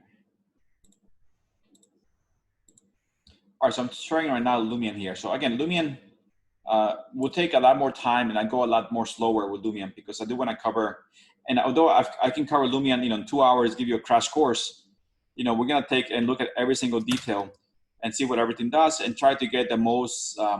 Because in an hour you can make a rendering. It might look cartoonish, right, and everything, but the idea here is to make it as real as possible, for the environment and everything we make. So we'll put a lot of detail in Lumion. So I know that you guys already know some basic Lumion, right, or probably even more advanced Lumion, right? I did speak to Professor Maldonado's class last week regarding Lumion. I think Kimar, you're in that class, right? Yeah. Okay. Have you looked at that video before or no? The one I gave you guys last week. Huh? Do you know Lumion from before or no? It's first time. Yeah. Okay. Professor, can you show us how to do a plan? A plan? Yeah, a plan view. Plan view. Okay, so it's like a top view, right? Yeah, bird's eye view. Let's see here. Actually, I haven't tried that, but let's see. So, okay, so I'll cover that. Yes, let's see if we can get to work that out. So when you guys open Lumion for the first time, you know, Lumion, first of all, relies on ideally a very fast computer, right? So you're gonna get this screen, right? You have that new project, examples, load an old project, you know, save. You can go here, some tutorials, right? And then you have your computer speed, right? So if I click here, it would always run a benchmark the first time it loads Lumion, right? And it would check your graphics cards, your graphics memory, your processor, and your memory, right? So again, you don't have to be at the higher setting, you know, it will still work even with minimal settings, right? And later we can adjust the graphics in the viewports so that everything is not too, you know, too slow, right? Let's say. So in this case, you know, I'm running a graphics card that is a RTX 2080 Ti. It has 11 gigs of memory. I have an i9, a Core i9, and 64 gigs of memory, right? So, all right, and that's running, you know, this is pretty much at the highest of the settings. But again, if it's lower, it's still gonna work. We can work out on how to maximize your settings. So for now, let me load here an example project, right? And we have here 9 sample, you know, projects, you know, the Farnsworth house, something in the hillside, another, you know, famous looking house. So let me load, you know, just something. Let me try the Villa Amansi house. So again, these are there for you guys, and you know, it always comes with the software. And the idea is you can go there and explore and see how things are done, right? You can see how the lighting is done, the settings, the assets. And the idea is we want to create eventually something this realistic, you know, in a scene where we can actually modify the landscape, modify the mountains, right? So we can see here, you know, again, our water looks very nice, right? You know, we can choose different water types. We have tons of rocks. We can make our own landscape in Lumion. And the settings are made to be like a game, right? As easy as possible. There's nothing like 3D Max is complex, you know, there's submenus, different tabs, you have to click here. Everything here is just with icons and minimal, so it'll be like you're playing a game, right? If you play any games we have to explore, it's the same thing, right? My right mouse will select, you know, my movement, right? So looking in any direction. My W is to go forwards. My S is to go backwards. My A is left. D is right. Q is up, and E is down, right? And if you hit Shift, you go quicker, right? So here, you know, I'm just working to this, and you know, these rocks are all individual elements, right? We can change the rocks, we can change the material. You know, we have tons of different trees, right? You know, we have materials here, the house. I have a question. Yeah. I just ran my computer through the benchmark, and I have an i7 processor. However, under the processor, it's way below the minimal, and it's red. I don't know why. Yeah, red means it's so what's your first? Give me all your 4 different tabs. Okay? Can you show me actually? No. Yeah. Okay. Let me stop sharing. You show me your benchmark. Okay. Here we are. Okay. Yeah, because it's an i7 1065. You know, it's not the fastest i7. Ideally, the more cores you have, you know, the quicker it's going to be, right? So you have like i7 with I think 8 cores. There's 3 cores, 4 cores. You know, the more cores you have, the quicker it can process data, right? So even though it's an i7, it's not the highest one, but it can still work because this relies heavily on the graphics card, and you're still in the blue with the graphics cards. You know, you have an NVIDIA GTX, which is fine. Okay. And you have plenty of memory, which is excellent. Yeah. So it should be fine. Yes, no worries, Eric. Okay, Professor. Thank you. All right, let me, okay. So if I share my screen again, let's see. Again, you know, this is a completely, again, now you're dealing with a completely virtual, you know, environment right here. all these features, you can build them in, in Lumion. You can craft a landscape, you can create cavities, you can create landscapes. There's no limit on how much you can do here. So you really can, place your model into a unique scene where you can actually explore outside the model, in a lot of detail. This model really doesn't have that much detail. It's actually a pretty simple model. It doesn't look at all, realistic. I go on the inside, it's pretty simple. Not many features. There's a pool there. It's a nice staircase going up here. How's the video look? Is it choppy when you guys look at my video, or is it smooth? It looks smooth. Yeah. Okay. It's slightly choppy for me. Okay. It could be on the internet connection, right? Yeah. So they got a GTR, Nissan GTR. Yeah. So again, it's really, there's no limitation here. You can make as much of a model as you want, right? So we're gonna start doing something very simple, right? So we're gonna first of all decide what to bring into here, right? So it could be the same project that we did before, the project for the Barcelona Pavilion, and you can also bring other things. If you want to bring something else, like a different project, and have a much bigger environment, that's fine too. Yes. So right now, let's see here.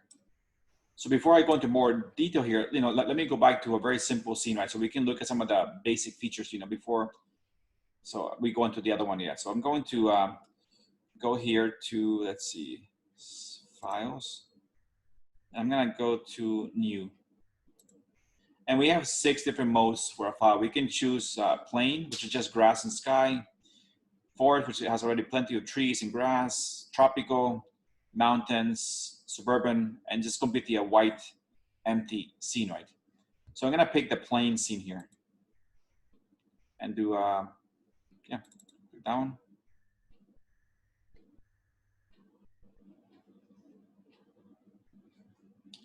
So here we go. So this is just a plain scene, right? So again, this scene already has the sky, it has grass. If you look closely, it's simply a material, right? There's no bump right now. There's nothing realistic. And we have, this is very important. This is the X, Y, and Z coordinates for the scene, right? Because when you bring stuff here, it's very important that everything is saved on the very close to the X, Y, and Z, whether it's 3D Max or Rhino, right? All these things. So ideally here, we're gonna do,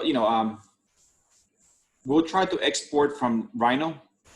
We'll export from also 3D Max, so we can look at different ways to export from, different softwares, because you guys, are working, in different, things, right? But if you look around here, the main thing here is the viewport, right? So about 90% of the screen is your viewport, right? Because you're in a game mode, right? There's no little, 4 screens, 4 viewports, top, side, bottom, orthographic. It's always gonna be one big viewport because you are there to experience the game, right? And we have, very minimal controls down here, right? So these controls, let's see if we can cover some today. So, and I won't go through every single feature, but let's talk about today things like these 2, weather and landscape, right? Because the rest rely on having already a model here, materials and objects, right? So first of all, the weather, right? It's all very easy, right? You click on weather and you have either real skies that are 360 panoramic images of skies, or we have the default blue sky that comes with, Lumion. This sky is good because we can control the cloud coverage, the brightness. So if we go here, first of all, we can control the north direction. We can go move it here. And if I look at the sun, there's the sun. We can have the sun move in the sky, right? And we can adjust the sun, right? Again, right now, there's nothing to create shadows, so we're not getting any shadows. We can also, where's my sun? Play here with this. Everything is just a scroll bar, up and down. We can play with the sun, and we can start to play with going into evening, the dusk, and eventually, we have the sky, So we can play with this very easily. The sun brightness, like we can adjust the sun to make it brighter. We can make the cloud coverage more clouds, less clouds, right? In a very nice, interactive way, right? So these work pretty well. So this gives you probably the most control, these settings. The ones here, even though there's less controls, they're more realistic because they are real skies. I mean, there is an actual 360 image of skies. So if I click here and select clouds, we have different settings, right? We have again, there's different cloud options. There's one cloud there, a different cloud there. So sorry, these are still not, these are just cloud coverage, right? So we can check this cloud coverage and then we can play here to create, let's say a cloudy sky, it's going to rain or these things. So they're progressive. Then below here, you have a little tab called real skies, right? If you turn the real skies on, then this, again, you see this setting is now off, right? We cannot move this up and down, right? We cannot change the cloud coverage because this is an actual photograph. It's a 360 panoramic photograph of the sky, right?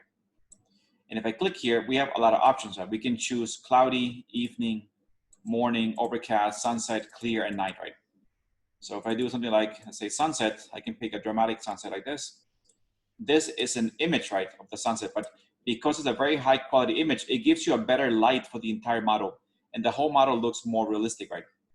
You can do this here and then it will rotate the image in 360. So you can adjust, the north direction of the image. You cannot do anything here.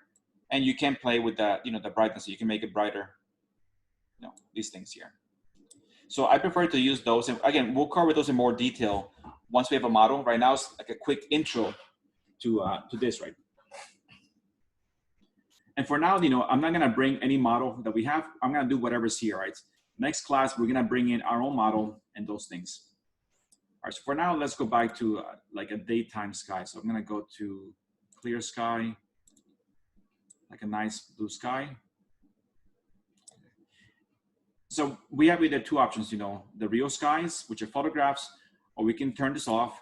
And then we have the default Lumion sky where we have more controls over brightness, cloud coverage, and cloud types, right? So for now, let's leave it like this, right? If you look at the ground, it has a very slight bump, but pretty much it looks fake. Right? So let's go over to the next tab over here called landscape, right? And you see here, all the controls here are super simple, right? So let's look at this one in detail because this is the one where you can build, anything pretty much. All right, so let's look at it here. So we have a landscape tab and we have height, we have water, we have ocean, we have paint, maps, and grass, right? And then we have here, this is the brush size. So this is my brush, this size circle. And then we have the brush speed. So we can paint faster, we can paint slower, or we can paint at a bigger area or, smaller area. So let's say here, we'll start with the height, right? We're gonna raise the ground, we can lower the ground, flatten the ground, jitter, and smooth. So if I click height and put raise, I'm gonna put it brush size, that size, the speed a little quicker. This is what happens. When I click here, you just hold your mouse, right? And you can start to build, mountains, right? Let's step back. So we can build like this. The higher you go, with a mountain, it's gonna become more rock, right? Because the higher you go, there's less vegetation. So that'll be pretty done. And then we can go here and we can lower if we make a mistake. We can flatten the top, make like a plateau. We can do jitter to make it more abstract. And we can smooth out some of the edges here. And again, we can play with the brush size, we can play with the speed. So if I go here, it's gonna build, oops. It's gonna build, let's go here, very fast, right? Or we can lower the speed here to build, with more control, much lower.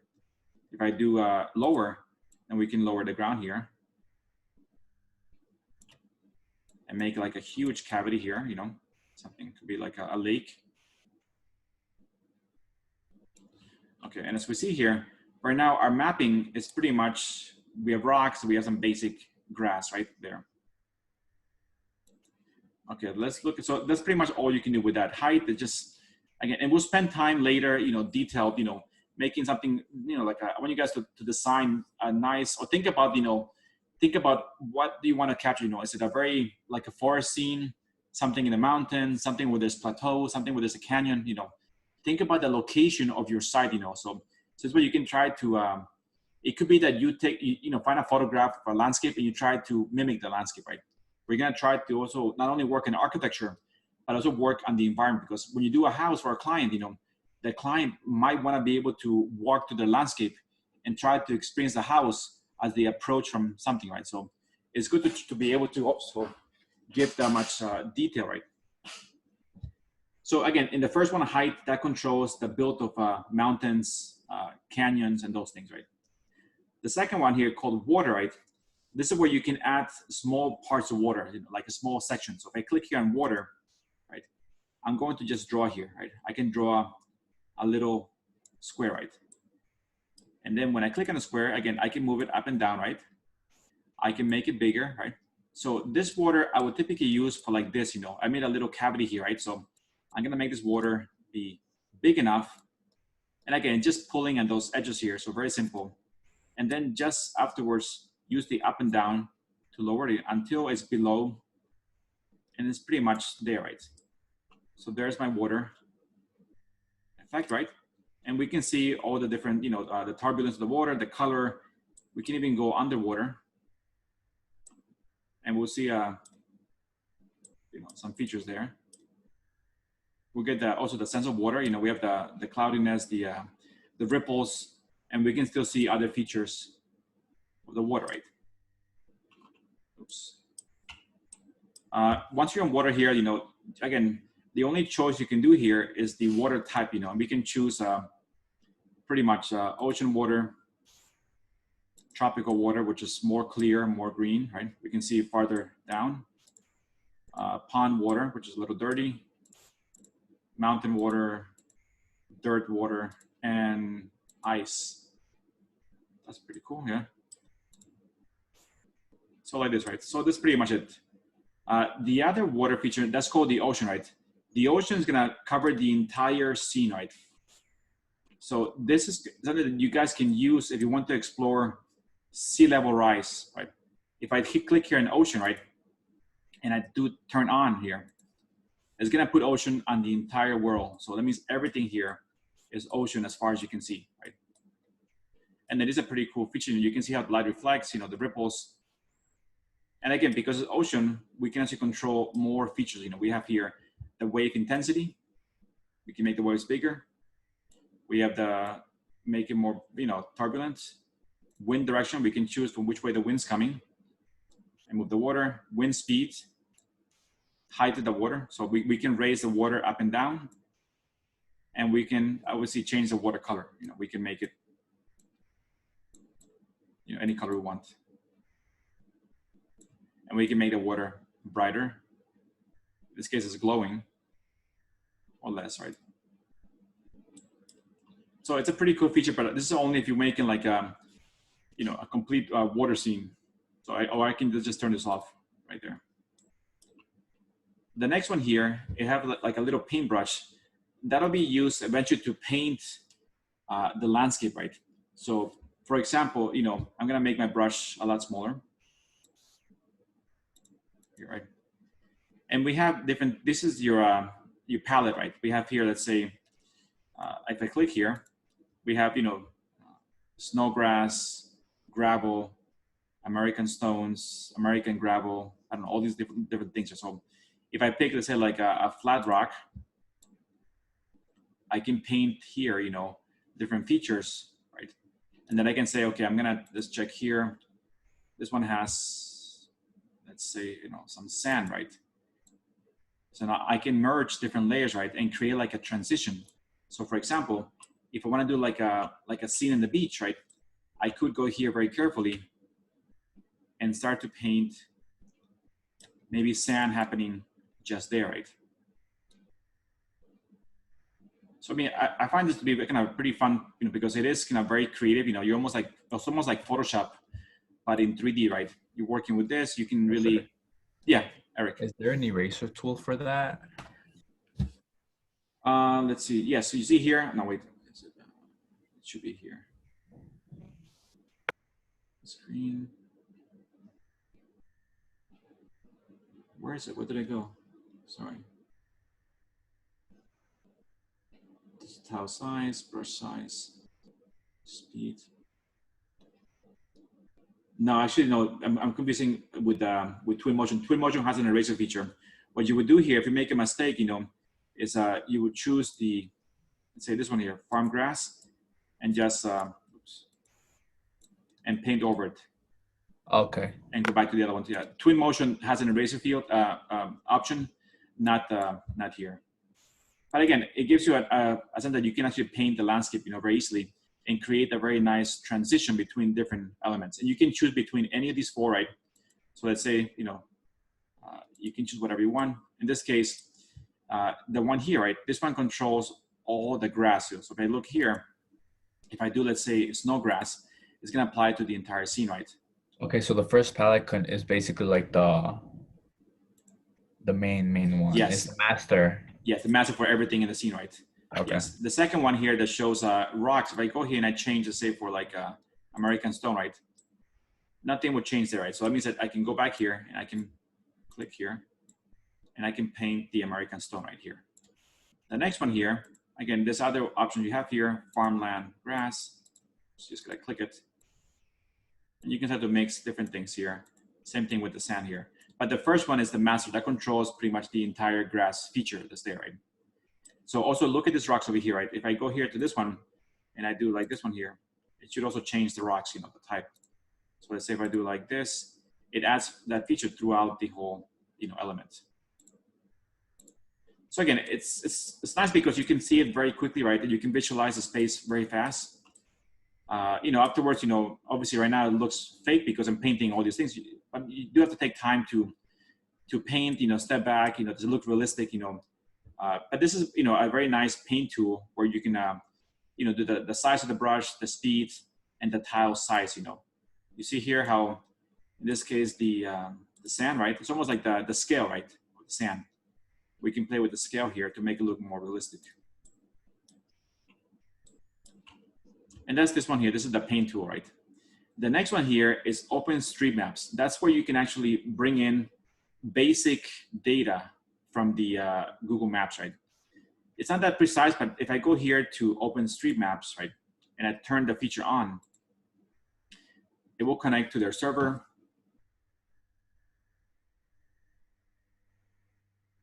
Okay, and this is just give it a check mark because we're running a beta test version.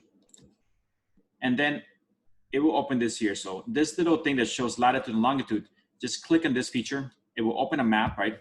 And we can choose now location, right? You can see that it's already applying that map area there, but we can just zoom in here and, let's say we go to, let's try to bring in our school. So where are we? I'm confused now. Okay, we're here, somewhere here. And right now we're choosing a 0.3 mile, radius. So if I click here, right, you see the circle there. So we're gonna bring in everything along that circle. I think our school's over here, right? Maybe. Brooklyn Bridge. It's in this area, so it should be around here, right? So I'm gonna pick this area here. It gives you this radius. I'll do start OSM download. Okay, it's gonna build that area. Let me step back. So this looks like Cadman Plaza. Again, it's crazy. It's not the most detail, right? But it can give you a very quick site, right? So if it, again, in the buildings, you cannot modify them. Whatever's there is there. In the next software, we are able to modify them. So let me move a little quicker here. So if that's Cadman Plaza, I'm thinking our school is somewhere along here. Also, the funny thing, you see how it brought in our previous manipulation of the site, and it tried to merge it with Cadman Plaza. So you can do like, like, I don't know, like an asteroid hit the ground and, you have now something happen there. This, again, it is a good tool to quickly get a massing study for your site, right?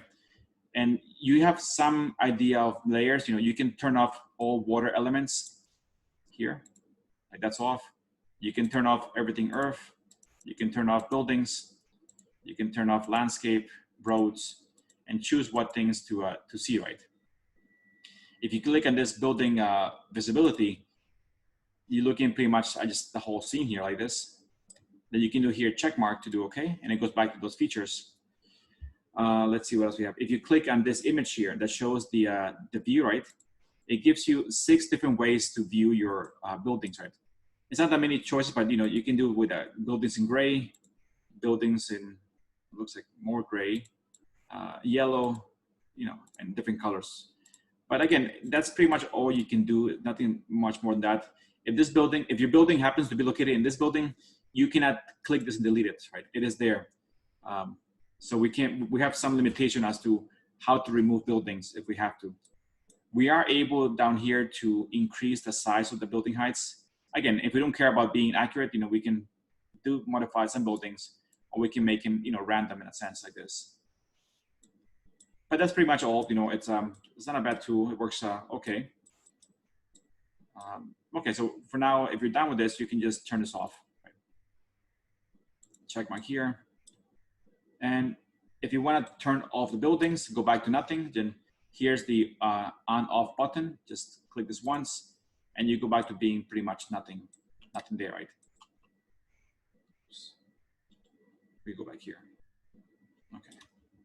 And the last tool here is called landscape grass. So this tool, it is important because it does make the grass a little bit more realistic, right? So I'm gonna zoom in here very close to my grass.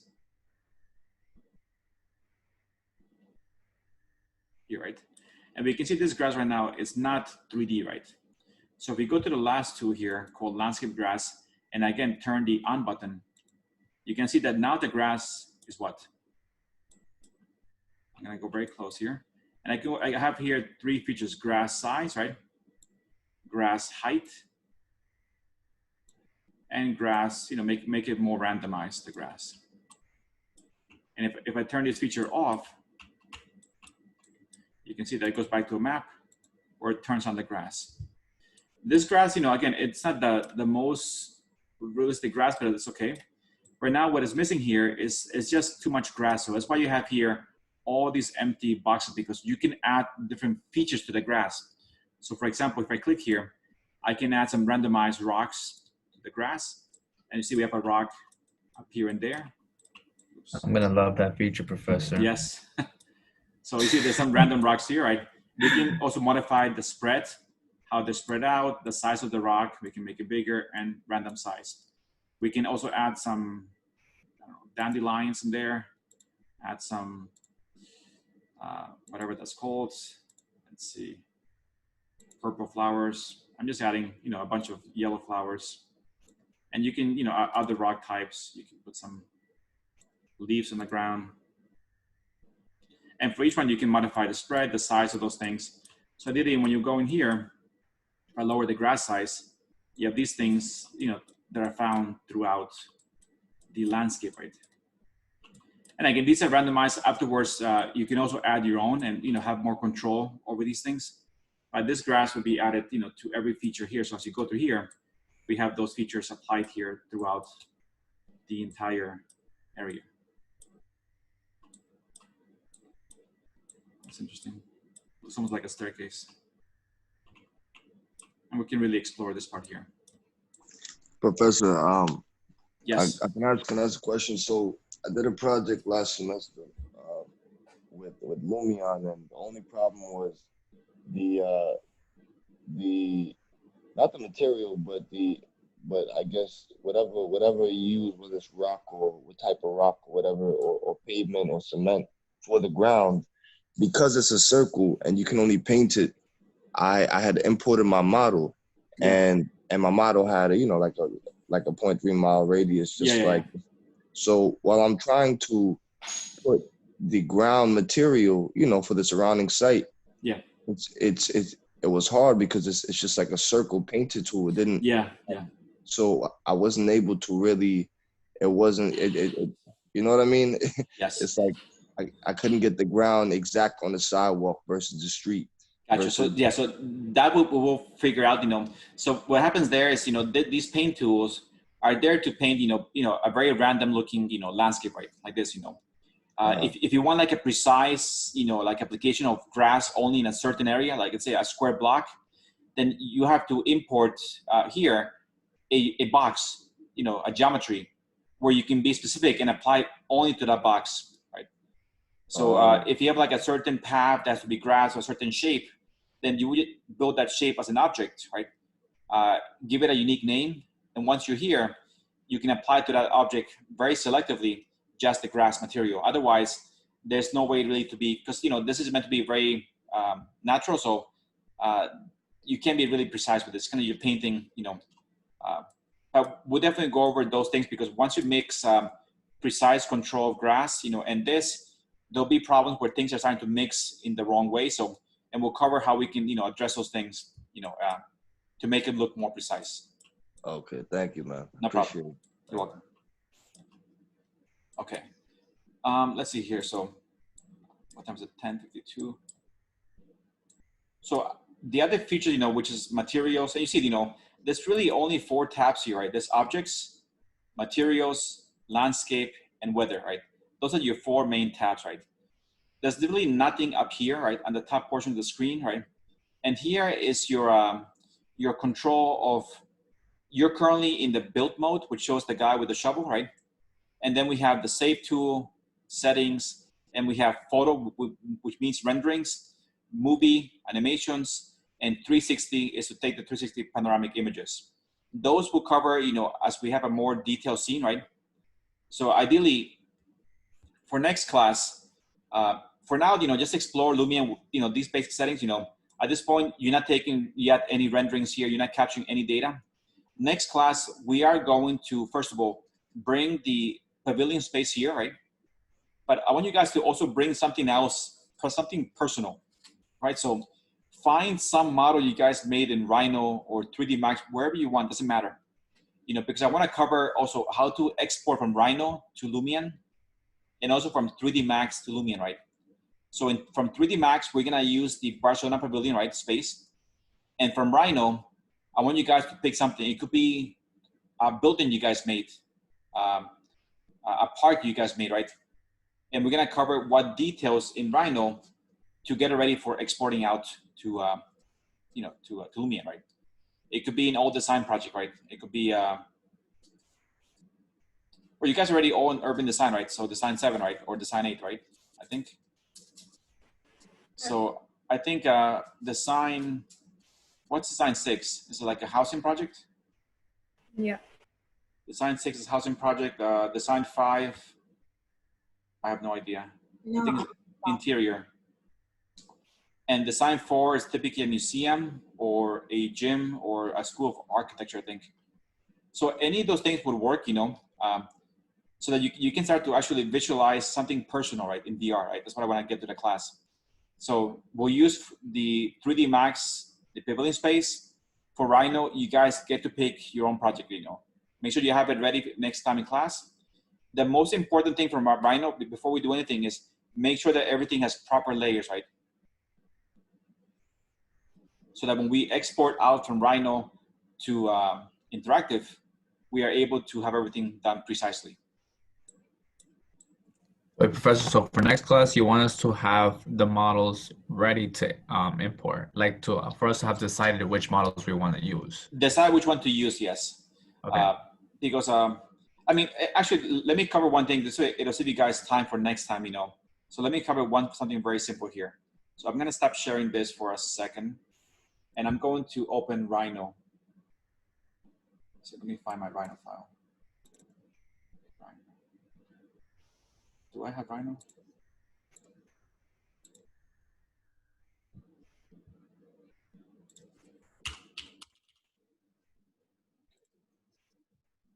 Because in Rhino, the main thing is one feature that you guys need to be clear on, because let me open something here. Okay, so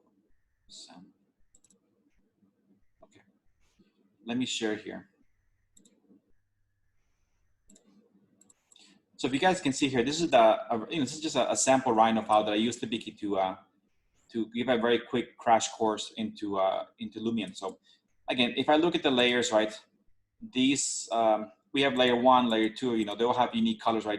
So Lumion doesn't care about this tab. You know, doesn't care about the name, the color. The only thing that Lumion cares about is the name shown in material here, right? This here. So if I go here, let me do file, new, right? Let's go file, okay, like this. We get a new file, right?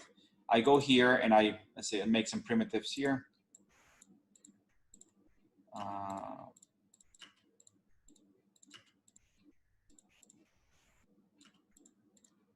Okay, we have 5 boxes there, right? I'm gonna make this a shaded view, right?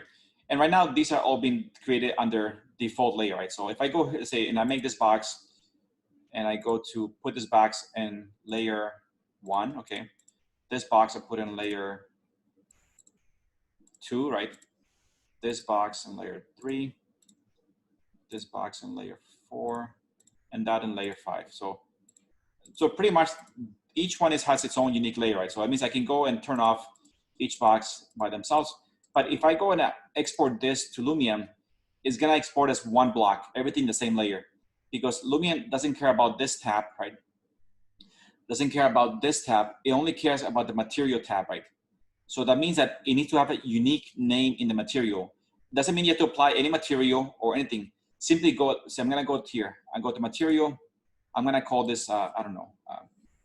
If you want, you can give it a color, but it's not important. The main thing is name, right? Call it, I don't know, box 1, okay? Okay, that's now a name, right? I call this cube. I call this, I don't know, red. Oops. You don't even have to assign a type of material, a color, doesn't really matter. We call this, what is this, white? And what is this one here? I don't know, so mixed up. We call this green.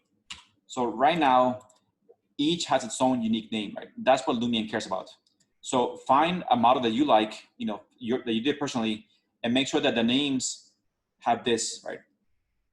So make sure that if it's glass, they're all in the glass layer. If it's mullions, and if it's walls, the more layers, the better, because you have more choice in Lumion to, you know, to try out different things, right?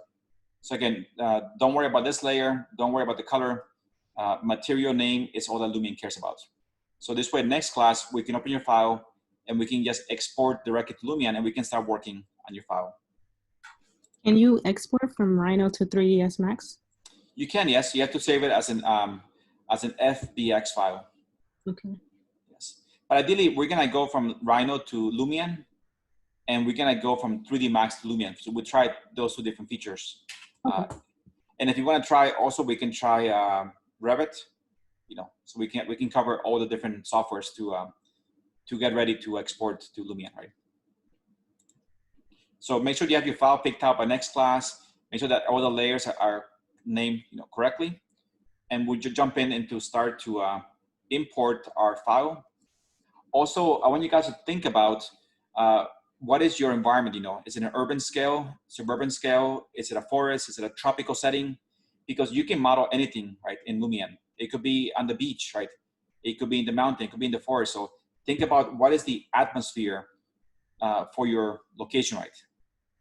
And if you want, get some images so you can use those to paint your landscape. It kind of, you know, give you an inspiration as to what to capture, right?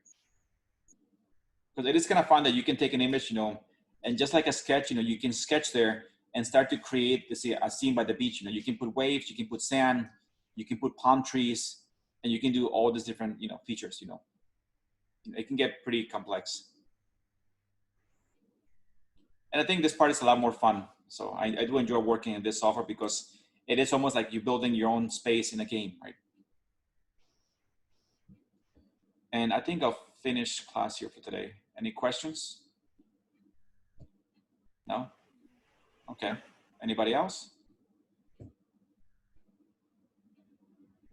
No?